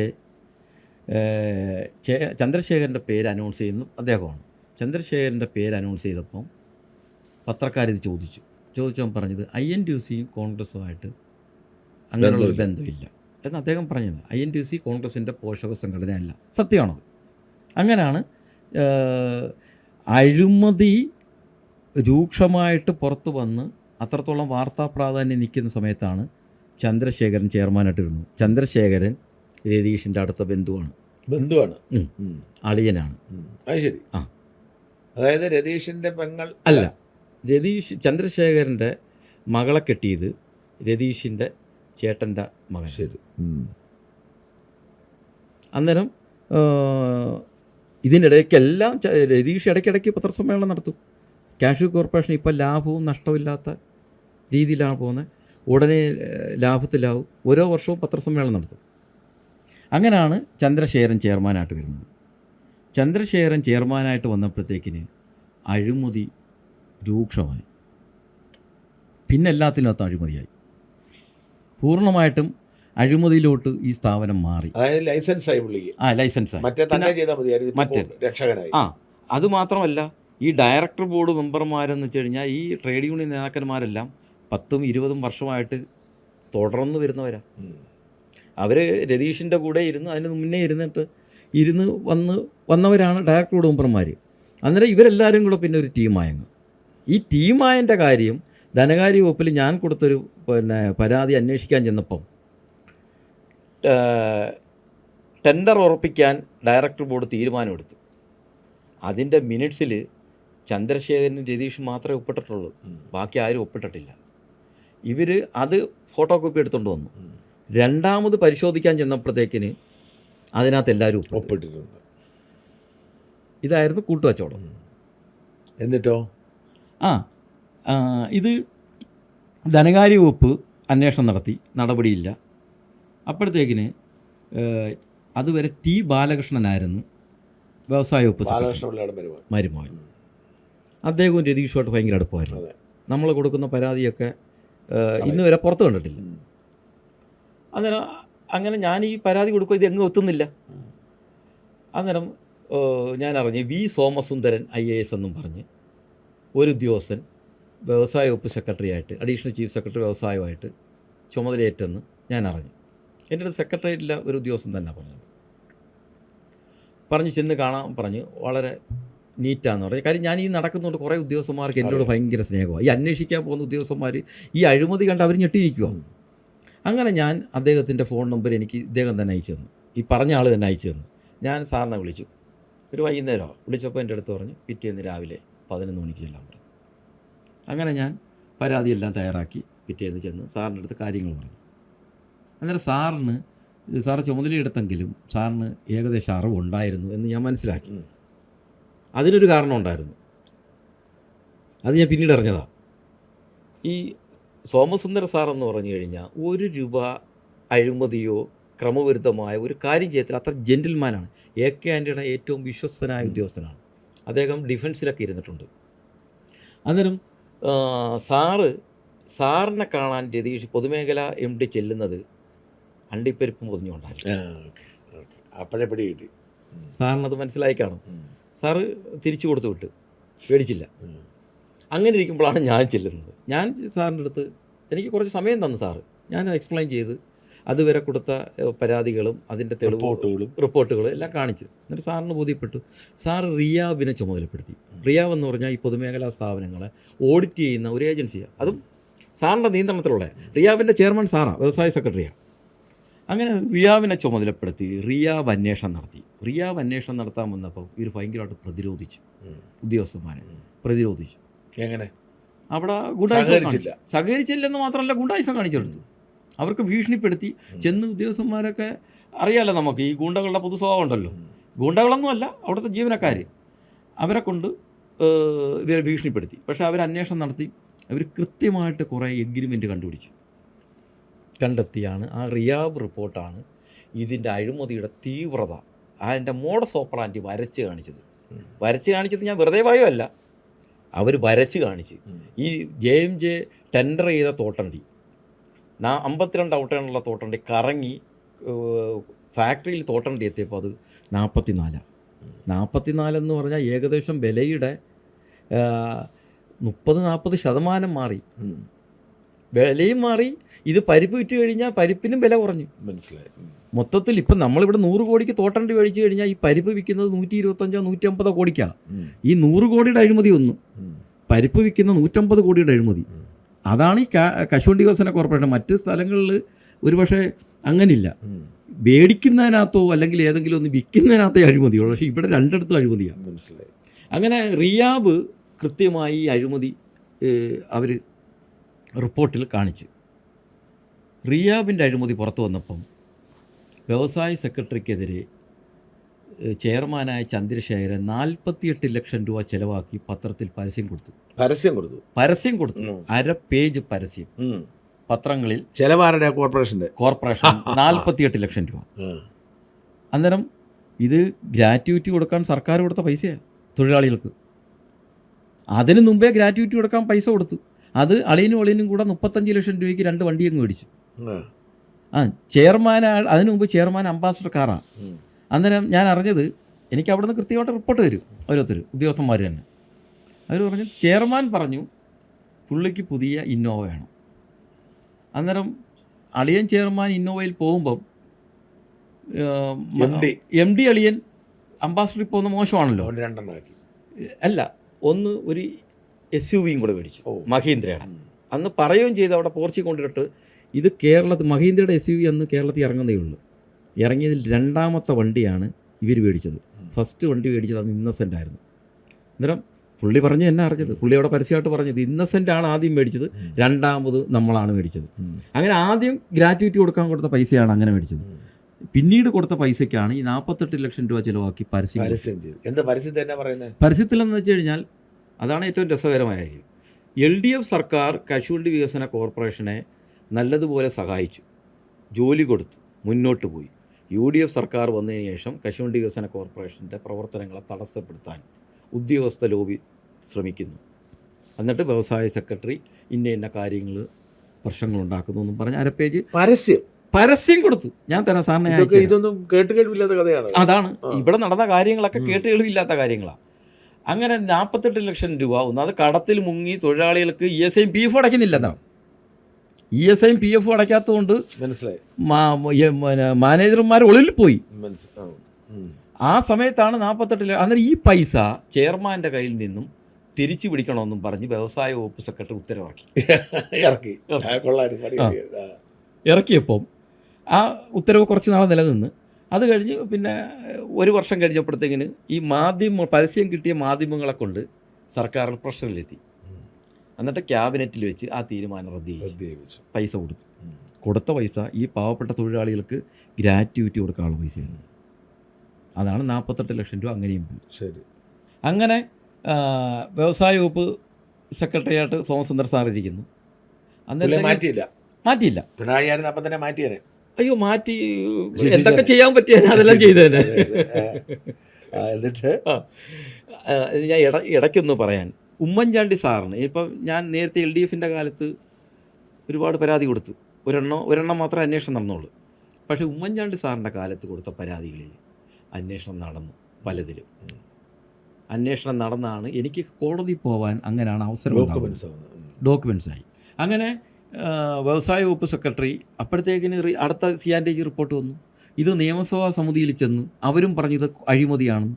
ഇതിനിടയ്ക്ക് വിജിലൻസിൽ പരാതി കൊടുത്തു. അന്ന് ഈ വിജിലൻസ് ഇങ്ങനല്ല, കുറച്ചും കൂടെ സ്വതന്ത്ര ഭാവത്തിൽ പ്രവർത്തിക്കുക, അറിയാലോ സാറിന്. അങ്ങനെ വിജിലൻസ് അന്വേഷിച്ചിട്ട് അവർ QV അന്വേഷിച്ചു. FIR ഫയൽ ചെയ്യാൻ, അഴിമതിയാണ്, FIR ഫയൽ ചെയ്യാൻ അനുമതി ചോദിച്ചപ്പോൾ തിരുവഞ്ചൂരാണെന്ന് വിജിലൻസ് മന്ത്രി അദ്ദേഹം ഫയലിൽ എഴുതി ഇത് വ്യവസായ വകുപ്പ് തീരുമാനമെടുക്കാൻ പറഞ്ഞു.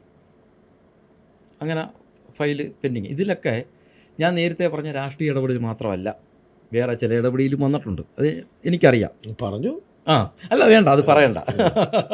എന്നിട്ട് വ്യവസായ വകുപ്പ് വ്യവസായ വകുപ്പ് അന്വേഷണം നടത്തി ഇങ്ങനെ നിൽക്കുമ്പം ഈ CNTG റിപ്പോർട്ട് വരുന്നു, വിജിലൻസിൻ്റെ റിപ്പോർട്ട് വരുന്നു, നിയമസഭാ സമിതിയുടെ റിപ്പോർട്ട് വരുന്നു. അപ്പോഴത്തേക്ക് ഞാൻ ഇതെല്ലാം കൊണ്ട് ഇത്രയും 11 റിപ്പോർട്ടുകളുമായി ഹൈക്കോടതിയിൽ 2014 വിജിലൻസ് അല്ല ആഭ്യന്തരമന്ത്രി വ്യവസായ വകുപ്പ് തീരുമാനിക്കാൻ വന്നിട്ട് വ്യവസായ വകുപ്പ് തീരുമാനിച്ചില്ല. അവരൊന്നും എടുത്തില്ല. അപ്പം പെൻഡിംഗ് ആണ്, കേസായില്ല. അങ്ങനെ ഇത്രയും റിപ്പോർട്ടുകൾ സോമസുന്ദരൻ തന്നെയല്ലേ സെക്രട്ടറി എങ്കിലും അതിനകത്ത് വേറൊരു ചേഞ്ചസ് വന്നു. സാറിൻ്റെ കയ്യിൽ നിന്നും പരമ്പരാഗത വ്യവസായം മാറ്റി. പിന്നീട് ആ സമയത്ത് സാറ് അതിനെ തുടർന്ന് അങ്ങനെ ഇരിക്കുന്ന ഒരു ഉദ്യോഗസ്ഥനല്ല സാറ് പിന്നെ ധനകാര്യ വകുപ്പിലോട്ട് പോയി. കാര്യം സാറിൻ്റെ ക്രെഡിബിലിറ്റിയെ എല്ലാവർക്കും വിശ്വാസം, ഈ മന്ത്രിമാർക്ക്, ഈ പറയുന്നവർക്കും എല്ലാവർക്കും ഉമ്മൻചാണ്ടി സാറിനെ എനിക്ക് നേരിട്ടറിയാം. ആ സാർ അന്ന് ഡെപ്യൂട്ടേഷനിൽ പോകുമ്പം മാണി സാർ ഉൾപ്പെടെ സാർ പോകരുതെന്ന് പറഞ്ഞു. അന്നേരം സാറിൻ്റെ വ്യവസായ വകുപ്പിൽ നിന്ന് ധനകാര്യ വകുപ്പിലോട്ട് മാറ്റി. അത് കുറച്ചും കൂടെ ഉയർന്ന പോസ്റ്റാണല്ലേ, അവിടെ സ്വന്തമായിട്ട് അവർക്ക് വേറെ അന്വേഷണ സംവിധാനമുണ്ട്. അങ്ങനെ സാറിന് ഞാൻ പരാതി കൊടുത്തു. അവിടെ ചെന്നു അവരും അവരന്വേഷിച്ച ഉദ്യോഗസ്ഥന്മാരെ തടഞ്ഞു വരും അവിടെ. അങ്ങനെ അത് പോലീസ് പരാതി കൊടുത്തു. കാര്യം ധനകാര്യ വകുപ്പ് ഇൻസ്പെക്ഷൻ ഇങ്ങനെ തടയാൻ ആർക്കും അധികാരമില്ല. അവർക്ക് ചീഫ് സെക്രട്ടറിയുടെ ഓഫീസ് വരെ പരിശോധിക്കാൻ അധികാരമുണ്ട്. അങ്ങനെ ഇത് പോലീസിൽ പരാതി കൊടുത്തു. പക്ഷേ ഇവരെ സ്വാധീനം കൊണ്ട് അത് അന്വേഷണം നടന്നില്ല. അങ്ങനെ ഇരിക്കുമ്പോഴാണ് ഞാൻ ഹൈക്കോടതിയെ പോകുന്നത്, പൊതുതാൽപര്യ ഹർജി കൊടുക്കുന്നത് 2014 ജൂലൈയിൽ. അപ്പം അതിന് ഹൈക്കോടതി പോകാൻ തീരുമാനിക്കാൻ കാര്യം ഇത്രയും ആയിട്ടും ഞാൻ അപ്പോഴത്തേക്ക് 2008 തുടങ്ങി 2006 വർഷമായി, 2 സർക്കാരായി. അന്നേരം ഇതെങ്ങും എത്തുന്നില്ല. അന്നേരം ഇത് എവിടെങ്കിലും നമുക്കൊരു വാശിയും നമ്മുടെ സത്യസന്ധത ബോധ്യപ്പെടുത്തണം. അന്നേരത്തേക്കുള്ള പ്രചരണം എന്ന് പറഞ്ഞാൽ ഞാൻ സ്വകാര്യ വ്യവസായികളുടെ സഹായിക്കാനായിട്ട് അവരെ സഹായിക്കാൻ വേണ്ടിയാണ് പ്രചരണം. അന്നേരം എനിക്കെൻ്റെ വിശ്വാസ്യത തെളിയിക്കണം, പിന്നെ ഈ അഴിമതി പുറത്തു കൊണ്ടുവരണം, ഈ തൊഴിലാളികളെ രക്ഷിക്കണം. ഈ തൊഴിലാളികളെ മുന്നിൽ നിർത്തി അപ്പോഴത്തേക്കിന് PF അടയ്ക്കുന്നില്ല, ESA അടയ്ക്കുന്നില്ല, ഇവർക്ക് ഗ്രാറ്റുവിറ്റി കൊടുക്കുന്നില്ല, ബോണസിൽ കൃത്രിമം നടത്തി, ശമ്പളം പോലും മുടങ്ങുന്ന അവസ്ഥ വന്നു. ഇവർക്ക് ആഴ്ചയില്ല ശമ്പളം, ഒരാഴ്ച ശമ്പളം കൊടുത്തില്ല പൈസ ഇല്ലാത്തതുകൊണ്ട്. അപ്പോഴത്തേക്കിന് ഈ പ്രതിസന്ധി രൂക്ഷമായി. ഈ എത്ര കാലം അഴിമതി നടത്തിയ ഒരു കാലം ഇത് എല്ലാം കൂടെ ബ്ലോക്ക് ആവുമല്ലോ, പൈസയുടെ വരവ്. സർക്കാർ പഴയ കണക്ക് സർക്കാരെന്ന് വെച്ചാൽ ഉമ്മൻചാണ്ടി സർക്കാർ 35 വർഷം കൊടുത്ത പൈസയിൽ കൂടുതൽ കൊടുത്തു ആ 5 വർഷം കൊണ്ട്. മനസ്സിലായോ? ഇത് മൊത്തം കൊള്ളയടിക്കപ്പെട്ടതാണ്. അന്നേരം ഞാൻ ഹൈക്കോടതി പോയി, ചീഫിൻ്റെ ബെഞ്ചിലാണ് നമ്മൾ കൊടുക്കുന്നത്. വാദമെല്ലാം കേട്ടു. അന്നേരത്തെങ്ങനെ ഗവൺമെൻറ്റിന് ഇത് വഷളാകുമെന്ന് മനസ്സിലായി. ഗവൺമെൻറ് പറഞ്ഞു നിങ്ങളുടെ ആവശ്യം എന്നാ? CBI അന്വേഷിക്കണമെന്ന് തന്നെ. കാര്യം ഇതുവരെയുള്ള എല്ലാ ഏജൻസികളും അന്വേഷിച്ചല്ലോ. അപ്പോഴത്തേക്ക് മോദി സർക്കാർ വന്നു തന്നോട് ആയില്ല. അല്ല 2014 വന്നു. അന്നേരം പിന്നെ അന്നൊന്നും ഈ CBI ഇത്രയും ദുരുപയോഗം ചെയ്യുമെന്ന് നമുക്കറിഞ്ഞൂടാ. അന്നേരം 2014 കേസ് കൊടുക്കുന്നു. അന്നേരം ഗവൺമെൻറ് അന്ന് AG നേരിട്ടാണ്, ദണ്ഡവാണി നേരിട്ടാണ് എൻ്റെ കേസിൽ ഹാജരാകുന്നത് അവർക്ക് എതിർക്കാൻ. ദണ്ഡവാണി അന്നേരം ഗവൺമെൻറ് ഒരു നിർദ്ദേശം വെച്ചു. കാര്യം ഇത് വഷളാകും എന്നവർക്ക് മനസ്സിലായി. അവർ നിർദ്ദേശം വെച്ചു, ഞങ്ങളൊരു എക്സ്പെർട്ട് കമ്മിറ്റി, IAS ഉദ്യോഗസ്ഥന്മാരെ വെച്ചൊരു എക്സ്പെർട്ട് കമ്മിറ്റി വെക്കാമെന്ന് പറഞ്ഞു. കോടതി സമ്മതിച്ചാൽ ഗവൺമെൻറ് അല്ലേ, ഞാനൊരു വ്യക്തി അപ്പുറത്ത് ഗവൺമെൻറ്റുമാണ്. അങ്ങനെ എക്സ്പേർട്ട് കമ്മിറ്റി വെച്ചു. എക്സ്പേർട്ട് കമ്മിറ്റിയിൽ രതീഷിൻ്റെ ചാർട്ടേഡ് അക്കൗണ്ടൻറ്റ് വന്നു. ഗവൺമെൻറ് ഒരിക്കലും അത് ചെയ്യാൻ പാടില്ലല്ലോ. അന്നേരം കോടതിയിൽ നമ്മളത് ചൂണ്ടിക്കാണിച്ചപ്പം കോടതി രൂക്ഷമായിട്ട് ഗവൺമെൻറ് വിമർശിച്ചിട്ട് ചോദിച്ചു, ഈ സർക്കാരിനൊരു ചാർട്ടേഡ് അക്കൗണ്ടൻറ്റ് ഇല്ലേന്ന് ചോദിച്ചു. ഇതെങ്ങനെ പ്രൈവറ്റ് വ്യക്തിനകത്ത് വന്നെന്ന് ചോദിച്ചു. അങ്ങനെ ഉടനെ ഗവൺമെൻറ്റിന് ഈ ഇദ്ദേഹത്തിനെ മാറ്റിയിട്ട് ഒരു പൊതുമേഖലാ സ്ഥാപനത്തിലെ ഒരാളെ വെച്ചതിനകത്ത് വെച്ചപ്പം കോടതിക്ക് കാര്യം മനസ്സിലായി, ഇത് തട്ടിപ്പാണ്. മനസ്സിലായി കാണുമെന്നാണ് ഞാൻ വിശ്വസിക്കുന്നത്. കോടതി പറഞ്ഞു, ധനകാര്യ വകുപ്പ് സെക്രട്ടറിയെ ഇതിൻ്റെ മോണിറ്ററിങ് ചുമതല കൊടുക്കണമെന്ന് പറഞ്ഞു. കാര്യം ഈ എക്സ്പെർട്ട് കമ്മിറ്റിയെ തീരുമാനിക്കുന്ന മീറ്റിംഗ് വിളിച്ചു കൂട്ടിയത് ധനകാര്യ വകുപ്പ് സെക്രട്ടറിയാണ്. ധനകാര്യ സെക്രട്ടറി സോമസുന്ദർ സാറാണ്. വ്യവസായ സെക്രട്ടറി PH കുര്യനാണ്. അതേ നല്ല ഓഫീസറല്ലേ? എനിക്കത്ര വിശ്വാസമില്ല. അദ്ദേഹം എൻ്റെ അടുത്ത് അവരുമായിട്ട് കോംപ്രമൈസ് പോകണമെന്ന് പറഞ്ഞ ആളാണ്. അതുകൊണ്ട് എനിക്ക് എൻ്റെ അനുഭവം തിരിച്ചു. അന്നേരം PH കുര്യൻ ചെയർമാൻ, ധനകാര്യ വകുപ്പ് സെക്രട്ടറിക്ക് റോളില്ല. അത് ഞാൻ കോടതിയിൽ ചൂണ്ടിക്കാണിച്ചപ്പം കോടതിക്ക് ചാർട്ടേഡ് അക്കൗണ്ടിൻ്റെ കാര്യം നിൽക്കില്ലേ. കോടതി പറഞ്ഞു മോണിറ്ററിങ് ചുമതലയും കോടതിയിൽ റിപ്പോർട്ട് തരേണ്ടതും ധനകാര്യ വകുപ്പ് സെക്രട്ടറിയാണെന്ന് പറഞ്ഞു. ഉത്തരവാണ്.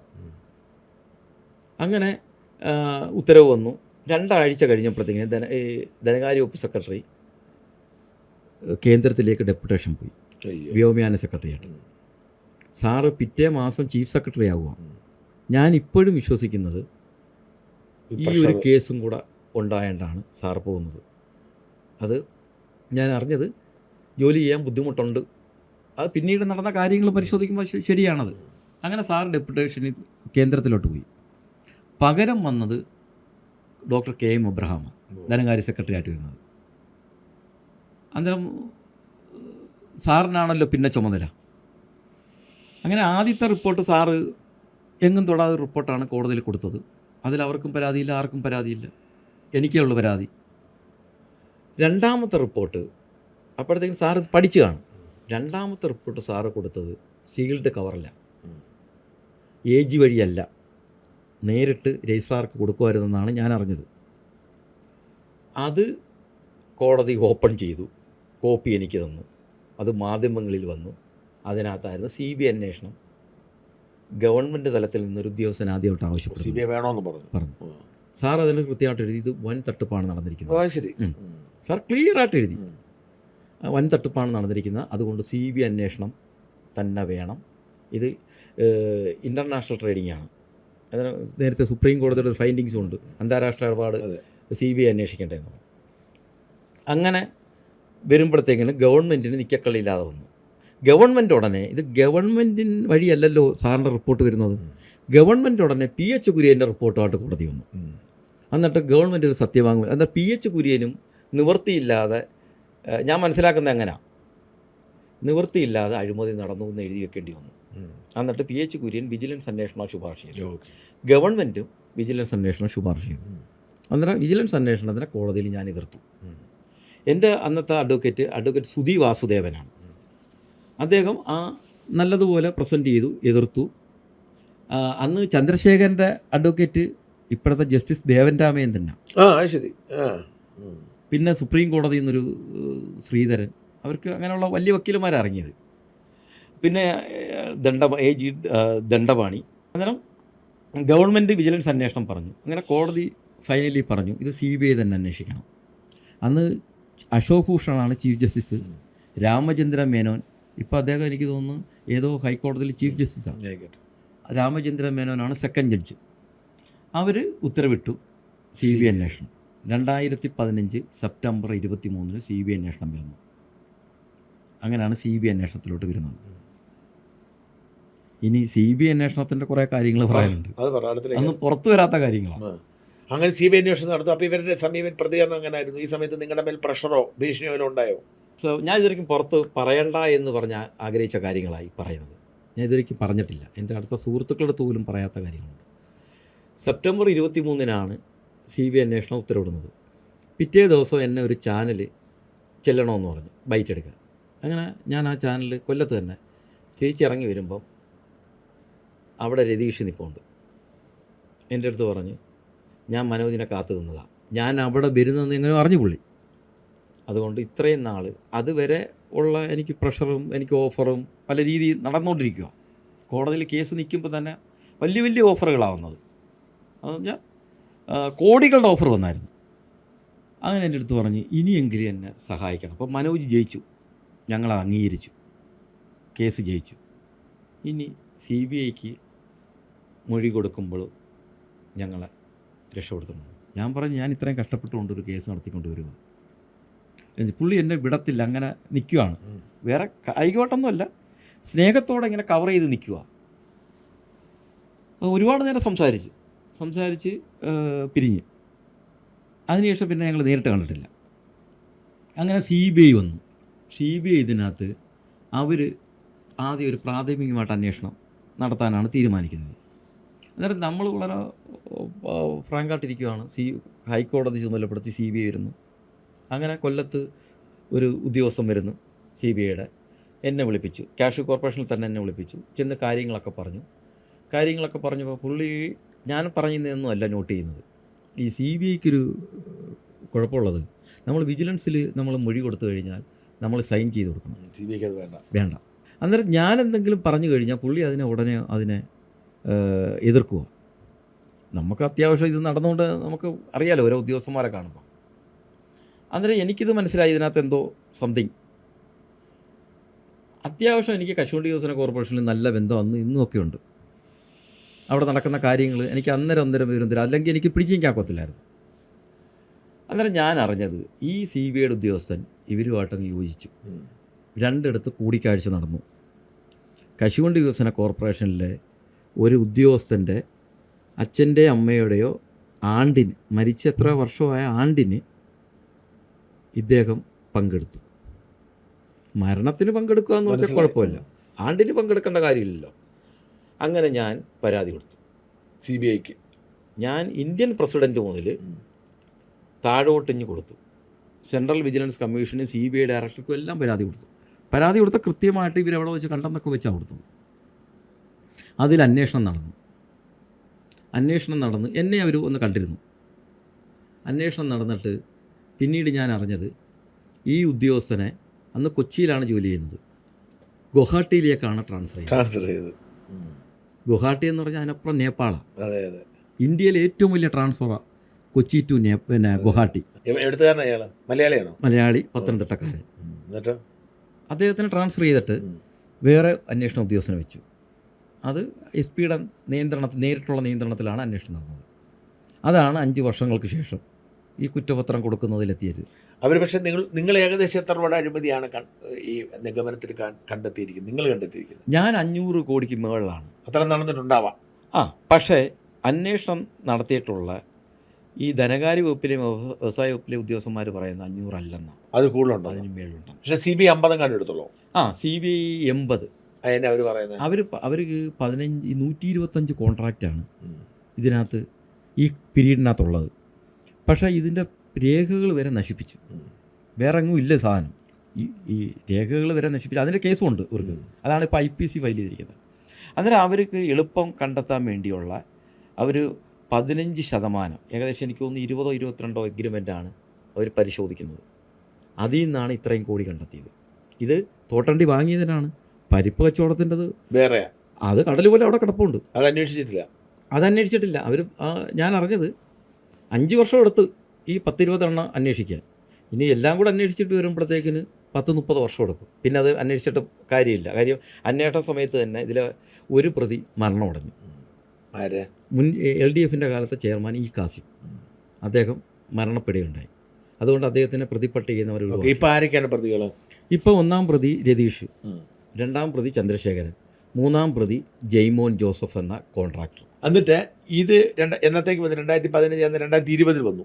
20 ഒക്ടോബറിൽ ഗവൺമെൻറ്റിന് ഈ PC അഴിമതി നിരോധന നിയമം അനുസരിച്ച് ഈ പ്രതികളെ പ്രോസിക്യൂട്ട് ചെയ്യാൻ അനുമതിക്ക് വേണ്ടി CBI അപേക്ഷ കൊടുത്തു. അത് ജനുവരിയിൽ അത് അപേക്ഷ കൊടുത്തു കഴിഞ്ഞ് സ്റ്റേറ്റ് ഗവൺമെൻറ്റിന്, സംസ്ഥാന പൊതുമേഖലാ സ്ഥാപനമാണ്. അന്നേരം അനുമതി വേണോ വേണ്ടേ എന്നുള്ളൊരു തർക്കമുണ്ട്. അതുകൊണ്ട് നിൽക്കട്ടെ. നിയമത്തിൽ അങ്ങനെ പറയുന്നുണ്ടോ വേണമെന്ന്?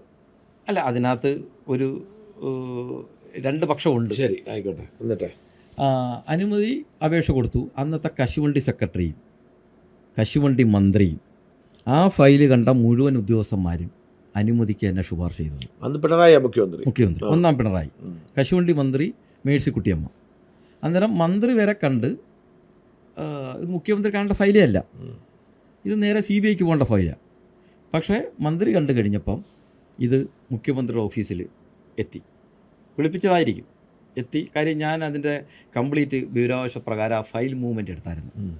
അങ്ങനെ മുഖ്യമന്ത്രിയുടെ ഓഫീസിൽ ഈ ഫയൽ, അവിടെ നിന്ന് ഒരു കൊറിയൊന്നുമില്ല, ഈ ഫയൽ അവിടെ കിടന്നിട്ട് കശുവണ്ടി വകുപ്പ് സെക്രട്ടറി, അന്നൊരു ഭട്ടായിരുന്നു, ഒരു കാസർഗോഡുകാരൻ, അദ്ദേഹത്തിനെ പോസ്റ്റിംഗ് കൊടുക്കാതെ മാറ്റി നിർത്തി. പ്രതികാരം കാണിച്ചതാണ്, അദ്ദേഹം ശുപാർശ ചെയ്തുകൊണ്ട്. ചിലപ്പോൾ അദ്ദേഹത്തിൻ്റെ അടുത്ത് തിരുത്താൻ പറഞ്ഞ് ചെയ്ത് കാണത്തില്ല. മാറ്റി നിർത്തിയിട്ട് വേറൊരു സിൻഹയെ കൊണ്ടുവന്നു ഇരുത്തി ഈ അനുമതി നിഷേധിച്ചു. CBIക്ക് കൊടുത്തു. CBIക്ക് കൊടുത്തപ്പം CBI ചെയ്തത് ഈ PC ആക്ട് പ്രകാരമാണ് അനുമതി വേണ്ടത്. IPC പ്രകാരം ഈ വ്യാജരേഖ ചമയ്ക്കലും തെളിവ് നശിപ്പിക്കലും ഉണ്ട്, അഴിമതിയില്ല. അത് പ്രകാരം അവർ തിരുവനന്തപുരം ചീഫ് ജുഡീഷ്യൽ മജിസ്ട്രേറ്റ് കോടതി കൊണ്ട് കുറ്റപത്രം ഫയൽ ചെയ്തു. കുറ്റപത്രം ഫയൽ ചെയ്തപ്പം പ്രതികൾ അതിനെ ചലഞ്ച് ചെയ്തു, തടസ്സ ഹർജി ഫയൽ ചെയ്തു. ഞങ്ങൾ ഗവൺമെൻറ്റിൻ്റെ അനുമതി കുറ്റപത്രത്തിനില്ല, അഴിമതി നടന്നിട്ടില്ല എന്നൊക്കെ പറഞ്ഞ് പ്രതികൾ പണ്ട് ഉന്നയിച്ച കാര്യങ്ങളെല്ലാം പറഞ്ഞ് തടസ്സ ഹർജി ഫയൽ ചെയ്തു. 2 ദിവസം CBIയുടെയും പ്രതികളുടെയും വാദം കോടതി കേട്ടിട്ട് പ്രതികളുടെ വാദം തള്ളിക്കളഞ്ഞു, പെറ്റീഷൻ തള്ളിയിട്ട് കുറ്റപത്രം CJM അക്സെപ്റ്റ് ചെയ്തു. ഇത് വ്യാജരേഖയ്ക്ക് മറ്റേ മാത്രമാണ്, അഴിമതിക്കല്ല. ഈ സമയത്താണ് ഈ അനുമതി നിഷേധിച്ച ഇതുമായിട്ട് ഞാൻ ഹൈക്കോടതി പോകുന്നത്. എൻ്റെ ആവശ്യം ഇത് അഴിമതി കേസിൽ ഗവൺമെൻറ്റിൻ്റെ സാങ്ഷൻ വേണ്ട എന്നാണ് എൻ്റെ ആർഗ്യുമെൻറ്റ്. അങ്ങനെയാണ് ഞാൻ കേസ് ഫയൽ ചെയ്യുന്നത്.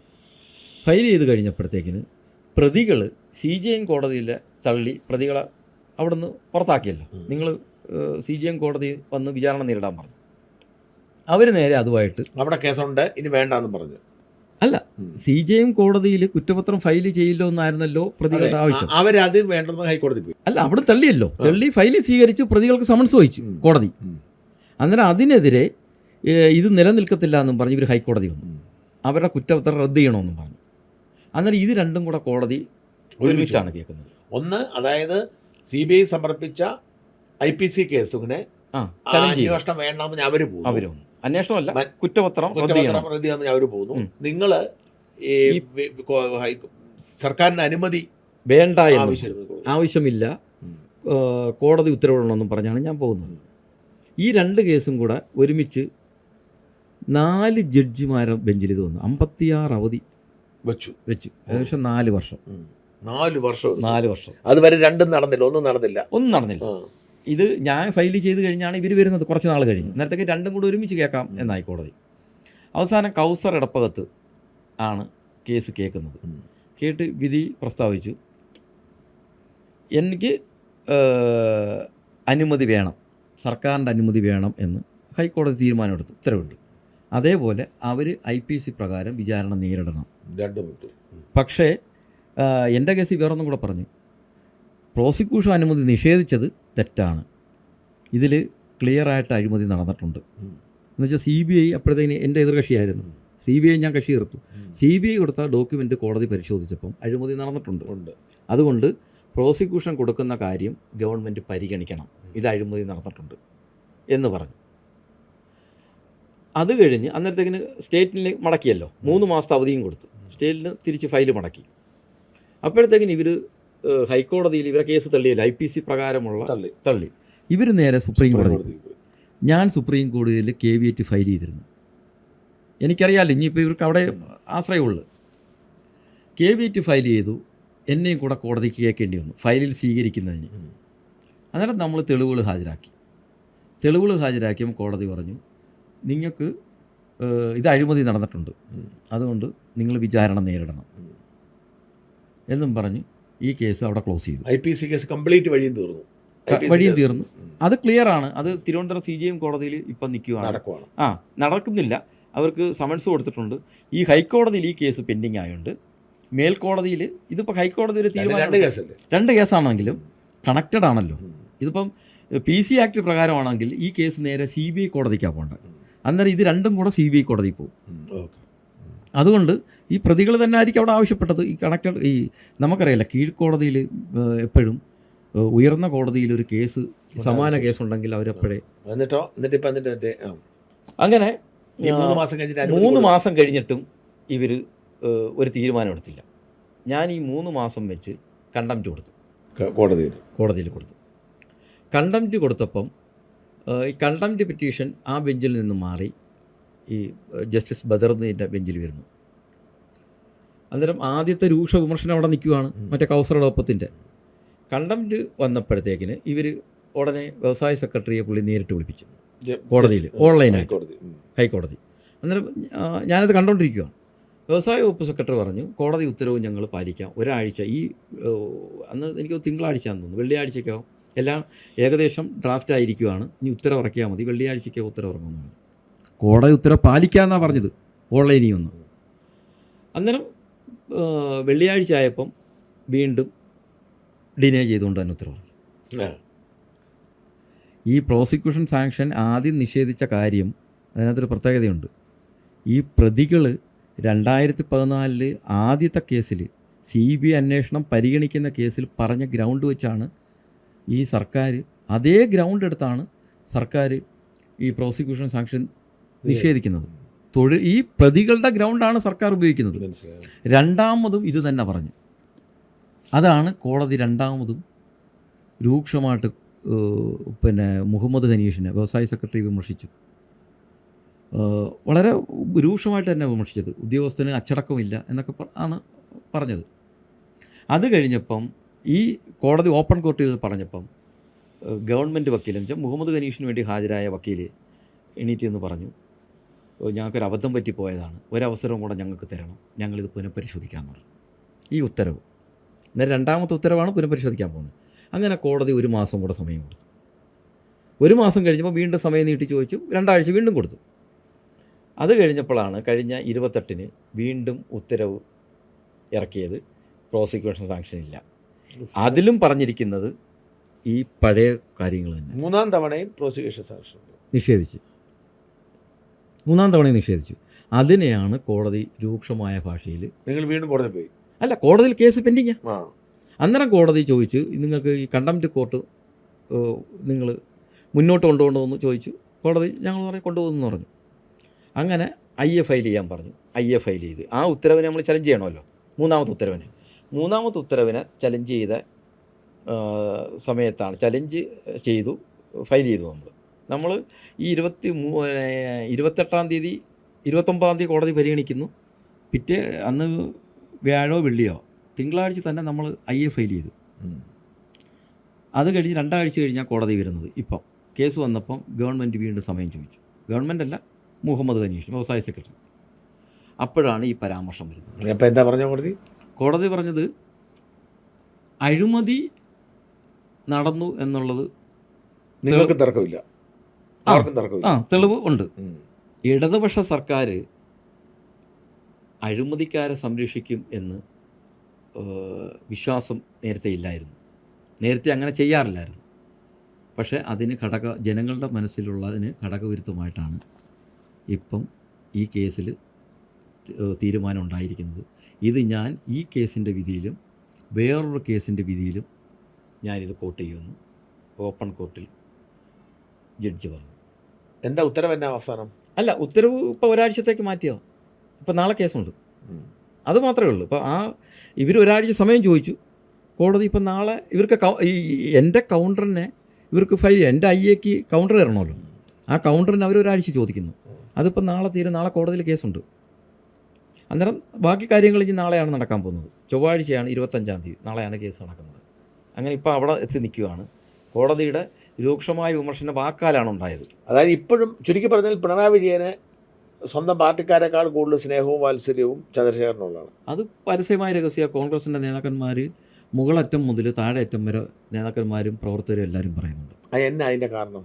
പല കാരണങ്ങളുണ്ട്. ഇപ്പം സാറിന് സരിത കേസ് വന്നപ്പോൾ സാറിന് അറിയാമല്ലോ, ഉമ്മൻചാണ്ടി സാറിനെതിരെ 2-ാമത്തെ സരിത കേസ് വന്നത് എങ്ങനെയാണ്? സാറ് തന്നെ അത് പറഞ്ഞിട്ടുണ്ട്. അത് പാർട്ടിയിലുള്ള എല്ലാവർക്കും അറിയാവുന്ന കാര്യം. അന്നേരം പല ഇതിനും ഏജൻ്റായിരുന്നു. പിന്നെ ഇതിനകത്ത് കരിമണൽ കർത്തയായിട്ടുള്ള ബന്ധം, പിന്നെ ട്രേഡ് യൂണിയൻ ഐക്യമെന്നും പറഞ്ഞ് ഒരു അവിഹിതം ഇവിടെ ഉണ്ട്. പല കച്ചവടങ്ങളിലും ഹാരിസൺ മലയാളം പ്ലാന്റേഷൻ്റെ ഒരു ഇടപാടിൽ ഈ കൂട്ടുകച്ചവടം നടന്നിട്ടുണ്ട്. അങ്ങനെ പല ഇടപാടുകളിലും ഈ കൂട്ടുകച്ചവടം നടക്കുന്നുണ്ട്. ഇപ്പം കർത്തയുടെ ഇത് എവിടെ ചെന്ന് നിൽക്കുന്നതെന്ന് സാറിന് അറിയാമല്ലോ, ഞാൻ പറയാതെ സാറിന് എന്നെ കേൾക്കുന്ന നാട്ടുകാർക്ക് മൊത്തം അറിയാം. അത് എക്സാലോജിക്കിലാണ് ചെല്ലുന്നത്. ആ ബന്ധം ഇവിടെ ഒരു മാഫിയ ഉണ്ട്. ആ മാഫിയയിൽ ഒരു കണ്ണിയാണിത്. ഈ കോൺഗ്രസ്സുകാരും ചന്ദ്രശേഖരനെതിരിക്കാൻ ശക്തിയുള്ള ആരുമില്ല. അദ്ദേഹത്തിന് INTC പ്രസിഡന്റ് സ്ഥാനത്ത് മാറ്റുന്നില്ല ഇത്ര അഴിമതി കേസ് ഉണ്ടായിട്ടും. അല്ല, INTC എന്ന് പറഞ്ഞാൽ കോൺഗ്രസിന് നിയന്ത്രണത്തിലുള്ളതല്ല. അതാണ് യാഥാർത്ഥ്യം. ഓരോ നിയമസഭാ തെരഞ്ഞെടുപ്പ് നമ്മൾ സീറ്റ് വേണം പറഞ്ഞ് പുള്ളി രംഗത്ത് വരാറുണ്ട്. കൊടുക്കുന്നില്ലല്ലോ.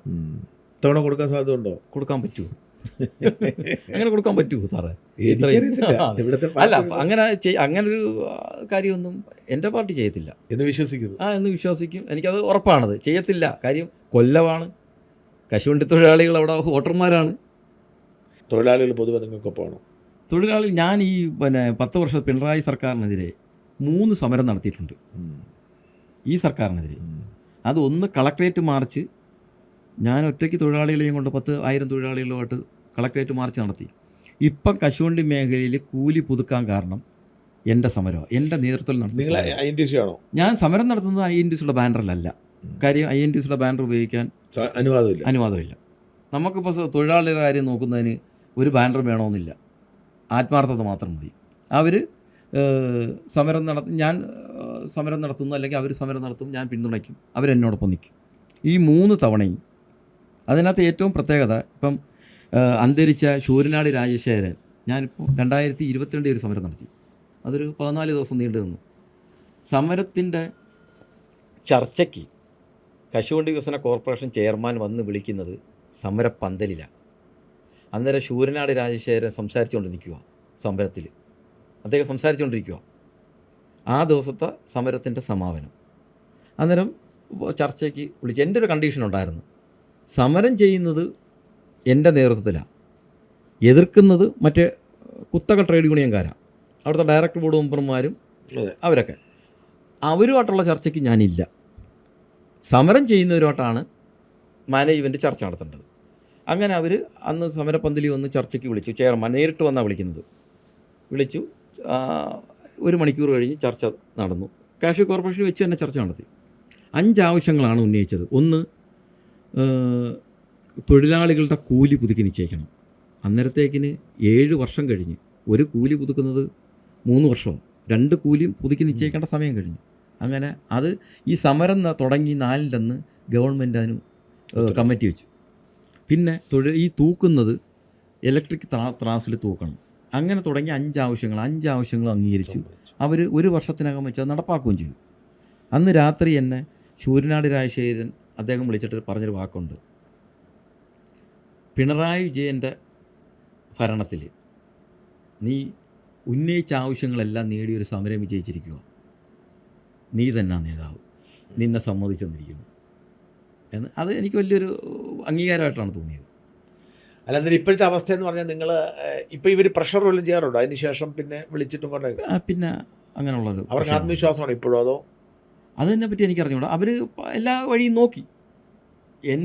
എനിക്ക് ബന്ധമുള്ള എല്ലാവരെയും അവർ, നമുക്ക് ക്ലോസ് അടുപ്പങ്ങളുണ്ടല്ലോ. ഇതിൽ ഒരുപാട് സാമ്പത്തിക ബാധ്യതയൊക്കെ അല്ലേ? നിങ്ങളത് എങ്ങനെ കഴിഞ്ഞ് ബാക്കി കോടതി പോകാൻ പറ്റുമോ? അല്ല, അതൊക്കെ എൻ്റെ പേഴ്സണൽ കാര്യമായിട്ട് ഞാൻ എന്നാലും പറയാം. ഞാൻ ആദ്യം ഇത് കേസിന് പോകുന്നത് എൻ്റെ ഭാര്യയുടെ 1.5 പവൻ്റെ ഒരു വള കടപ്പാക്കട മുത്തൂറ്റിൽ പണയം വെച്ചുകൊണ്ട്. അത് പരിശോധിക്കാം. ഞാൻ കേസ് കൊടുത്ത സമയവും ആ പണയം ഞാൻ ഇന്ന് വരെ എടുത്തിട്ടില്ല. അത് ലേലം ചെയ്ത് അന്ന് ഞാൻ 20,000 രൂപയ്ക്കാണ് പണയം വെക്കുന്നത്. ഇപ്പോൾ 1.5 പവൻ്റെ വില സാറിന് അറിയാമല്ലോ. അങ്ങനെ അത് വലിയ ഒരു പൈസ ചിലവായില്ല. അന്ന് അറിയാമല്ലോ, കോടതിയിൽ ഇത്ര വലിയ പൈസയൊന്നും ഇപ്പോഴത്തെ കാലത്തെ കണക്ക് ചിലവുള്ള സമയമല്ലായിരുന്നു. ഞാൻ 2014 കേസ് കൊടുക്കുന്നത്. പിന്നെ ചില കേസുകളിൽ വക്കീലന്മാർക്ക് കൂടുതൽ താല്പര്യം ഉണ്ടാകും. കാര്യം ഇതിൻ്റെ റിസൾട്ട് അവർക്കും കൂടെ ഗുണം ചെയ്യും. ഒരു CBI അന്വേഷണമൊക്കെ വരുവാന്ന് പറഞ്ഞാൽ ആ വക്കീലിനും അതിൻ്റേതായ ഒരു ശ്രദ്ധ കിട്ടും. രണ്ടാമത്തെ കേസ് വരുന്നത്, അന്ന് ആദ്യത്തെ കേസ് അഡ്വക്കേറ്റ് സുധി വാസുദേവനായിരുന്നു. അന്വേഷിക്കുക. ക്രെഡിബിളായ ഒരു നല്ല അതെ. പിന്നെ അഡ്വക്കേറ്റാണ്. അദ്ദേഹത്തിനെ സ്വാധീനിക്കാൻ ഒരുപാട് ശ്രമം നടന്നില്ല. ഞാൻ ആദ്യം നോക്കിയത് അതാ, കാര്യം പിടിക്കാൻ പറ്റാത്ത ഒരാളായിരിക്കണം. അത് പ്രധാന കാര്യം. അത് പ്രധാന കാര്യം. ഞാൻ കേസ് നടത്തുന്ന ആളാകൊണ്ട് എനിക്ക് ആ അന്നേരം സുധി വാസുദേവനായിരുന്നു, കേസ് വിജയിച്ചു. രണ്ടാമത് കേസ് ഞാൻ കൊടുത്തത് അഡ്വക്കേറ്റ് ഡി അനിൽകുമാർ. അദ്ദേഹത്തിനെ പറ്റി അദ്ദേഹം BSന്റെ കാലത്ത് സ്പെഷ്യൽ പ്രോസിക്യൂട്ടറായിരുന്നു ഹൈക്കോടതിയിൽ. ലോട്ടറി കേസിൽ BSന് വേണ്ടി ഹാജരായ അഡ്വക്കേറ്റാണ്. ചെലവ് കാശ് പോലും അദ്ദേഹം എൻ്റെ കയ്യിൽ നിന്ന് വാങ്ങുന്നില്ല എന്നുള്ളതാണ് സത്യം. 56 സിറ്റിംഗ് നടന്നു ഈ കേസിൻ്റെ ആദ്യം. 56 നമ്മൾ ഒരാളെ ജോലിക്ക് വിളിച്ചു കഴിഞ്ഞാൽ 56 ദിവസം ശമ്പളം കൊടുക്കണം. അതിൻ്റെ പകുതി പോലും അദ്ദേഹം എൻ്റെ കയ്യിൽ നിന്ന് മേടിച്ചിട്ടില്ല. കാര്യം അദ്ദേഹത്തിന് അറിയാവുന്നവർക്കറിയാം. അദ്ദേഹം പറയുന്നത് ഇത് മനോജിൻ്റെ കേസല്ല, ഇത് ഈ നാടിൻ്റെ കേസാണ്. വളരെ തുച്ഛമായ പൈസയിൽ ചെലവ് കാശ് ഇപ്പോൾ ഫയൽ ചെയ്യാനുള്ള പൈസയൊക്കെ എൻ്റെ കയ്യിൽ അദ്ദേഹം മേടിക്കും. മൂന്നാമത് സുപ്രീം കോടതിയിൽ ഞാൻ കവിയേറ്റ് ഫയൽ ചെയ്തു. അത് അഡ്വക്കേറ്റ് പ്രകാശ്, കേരള സർക്കാരിൻ്റെ ഏകദേശം 8-10 വർഷം സ്റ്റാൻഡിംഗ് കൗൺസിലായിരുന്നു സുപ്രീം കോടതിയിൽ. അദ്ദേഹം കൊല്ലംകാരനാണ്, മയ്യനാടുകാരനാണ്. അന്നേരം അദ്ദേഹത്തിന് ഈ സമയം വരെ 1 രൂപ ഞാൻ കൊടുത്തിട്ടില്ല. അദ്ദേഹം ചോദിച്ചിട്ടുമില്ല, മേടിച്ചിട്ടുമില്ല. ഇതിനകത്ത് അങ്ങനെ കുറേ സഹായങ്ങൾ എനിക്ക് കിട്ടിയിട്ടുണ്ട്. ഞാനിത് പലയിടത്തും പറയാവുന്നൊരു കാര്യമുണ്ട്. ഇത് ഞാനൊരു നിമിത്തം മാത്രമാണ്. അല്ലെങ്കിൽ ഒരു സാധാരണക്കാരനായ ഒരു കശുവണ്ടിത്തോടുള്ള മകന് ഈ വൻ സ്രാവുകളെ പുറകെ പോയി ഒരു പരിധിവരെ ഇവിടം വരെ എത്തിക്കാൻ കഴിയത്തില്ല. ഇതിന് വേറെ ചില ദൈവത്തിൻ്റെ 11 വർഷമായി അല്ലേ? 11 വർഷം കേസിൽ ഫൈറ്റ് തുടങ്ങിയിട്ട് 17 വർഷം. എൻ്റെ മകളുടെ പ്രായമാണ്. ഈ ആദ്യത്തെ സമരം 42 ദിവസം സമരം നടക്കുമ്പം എൻ്റെ ഭാര്യ SITയിൽ പ്രസവത്തിന് അഡ്മിറ്റാണ്. ഞാൻ രാത്രി സമരം കഴിഞ്ഞിട്ട് ബസ്സിൽ വന്ന് SITയിൽ വന്ന് അവർക്ക് ആഹാരമെല്ലാം മേടിച്ച് കൊടുക്കും.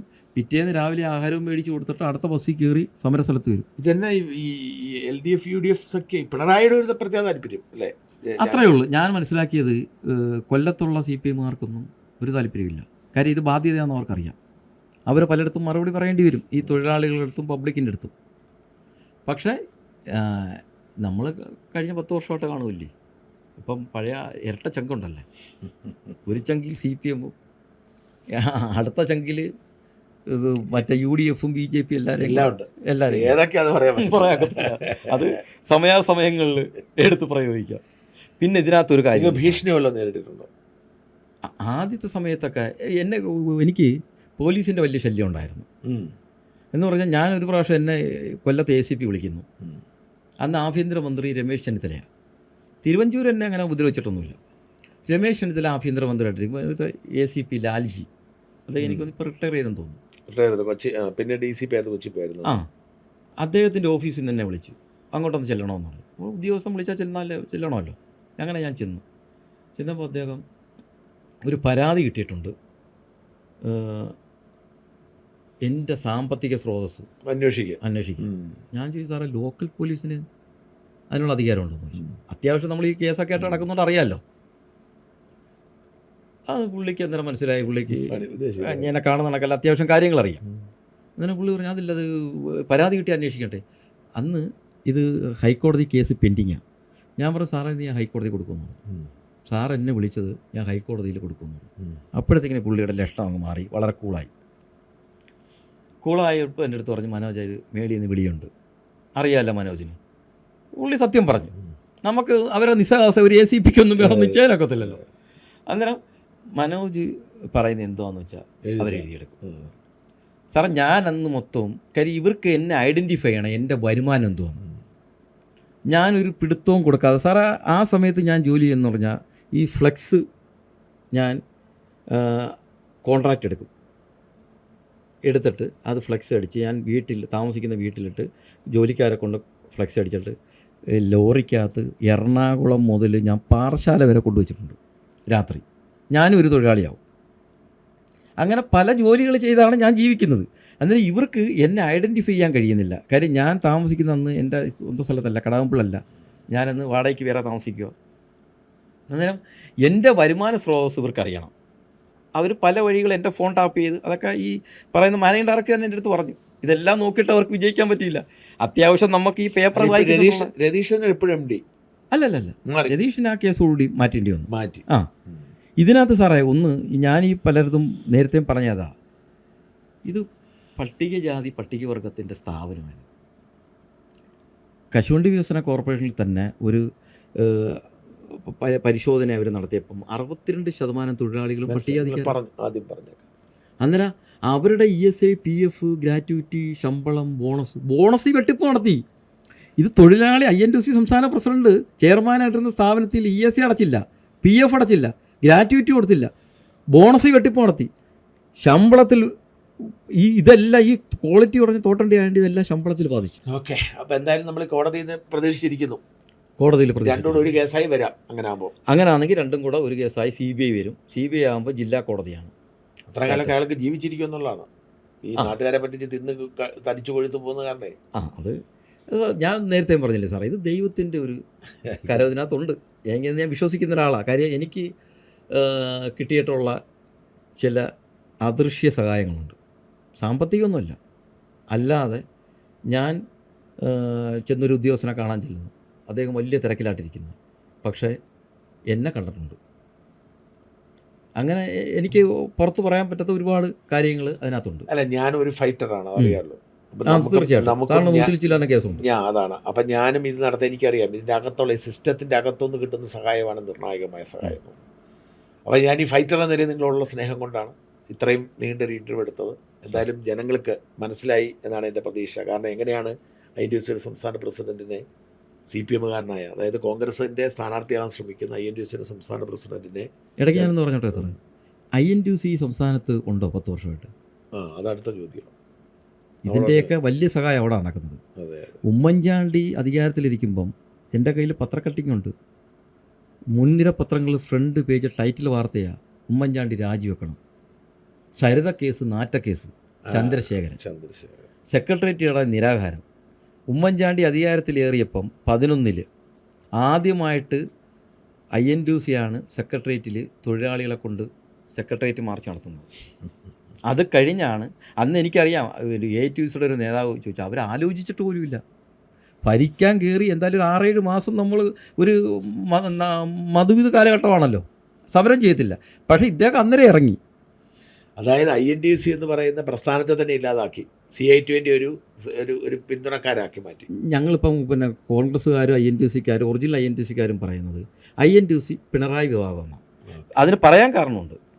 മുല്ലപ്പള്ളി രാമചന്ദ്രൻ KPCC പ്രസിഡൻ്റായിട്ടിരുന്നപ്പം INTUC സംസ്ഥാന കമ്മിറ്റിയിൽ ചെന്ന് അദ്ദേഹം പറഞ്ഞു, ചന്ദ്രശേഖരന് കാലം മാപ്പ് നൽകത്തില്ലെന്ന് പറഞ്ഞു.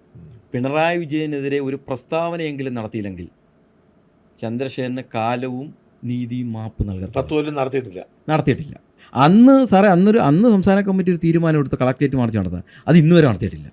അതായത് മുരളീധരൻ പറഞ്ഞു, KC വേണുപോലെ പറഞ്ഞല്ലോ, ഇപ്പം ഷോക്കോസ് നോട്ടീസ് മേടിച്ചാൽ അതുകൊണ്ടല്ലേ സാറേ. അപ്പം നമ്മൾ ഇതിൽ അവസാനിപ്പിക്കുകയാണ്. രസകരമായ കാര്യങ്ങളാണ് പറഞ്ഞ് അവസാനിപ്പിക്കുന്നത്. കോൺഗ്രസിൻ്റെ പോഷക സംഘടന നമ്മൾ വിശ്വസിക്കുന്ന, ടെക്നിക്കലി ആണോ ഇല്ലെന്ന് രണ്ടാമത്തെ കാര്യം, INTUCയുടെ സംസ്ഥാന പ്രസിഡന്റ് പിണറായി വിജയന് വേണ്ടി പ്രവർത്തിച്ചുകൊണ്ടിരിക്കുന്നു. കോൺഗ്രസ് നേതാക്കൾക്ക് പോലും അദ്ദേഹത്തെ നിയന്ത്രിക്കാൻ പറ്റുന്നില്ല. സർക്കാരിനെതിരെ ശബ്ദം ഉയർത്തുന്നില്ല. ഉമ്മൻചാണ്ടിക്കെതിരെ പ്രകടനം നടത്തുകയും ചെയ്യും, കോൺഗ്രസിനെതിരെ പ്രതിഷേധിക്കുകയും ചെയ്യും. അദ്ദേഹത്തിന് കോൺഗ്രസിൻ്റെ സീറ്റ് വേണം താനും. അങ്ങനെ ആ INTUC എന്ന പ്രസ്ഥാനത്തെ ഇല്ലാതാക്കിയിരിക്കുന്നു. CI2വിനെ സഹായിക്കുന്നു. ഇത് അഴിമതി നടത്തുന്നു. അഴിമതിക്കാരനെ പിണറായി വിജയൻ സഹായിക്കുന്നു. കേരളത്തിലെ ഇടത് വലത് രാഷ്ട്രീയത്തിൻ്റെ വളരെ വിചിത്രമായ ഒരു ചിത്രമാണ് വരച്ചു കാട്ടിയത്. നന്ദി, നമസ്കാരം, താങ്ക് യു.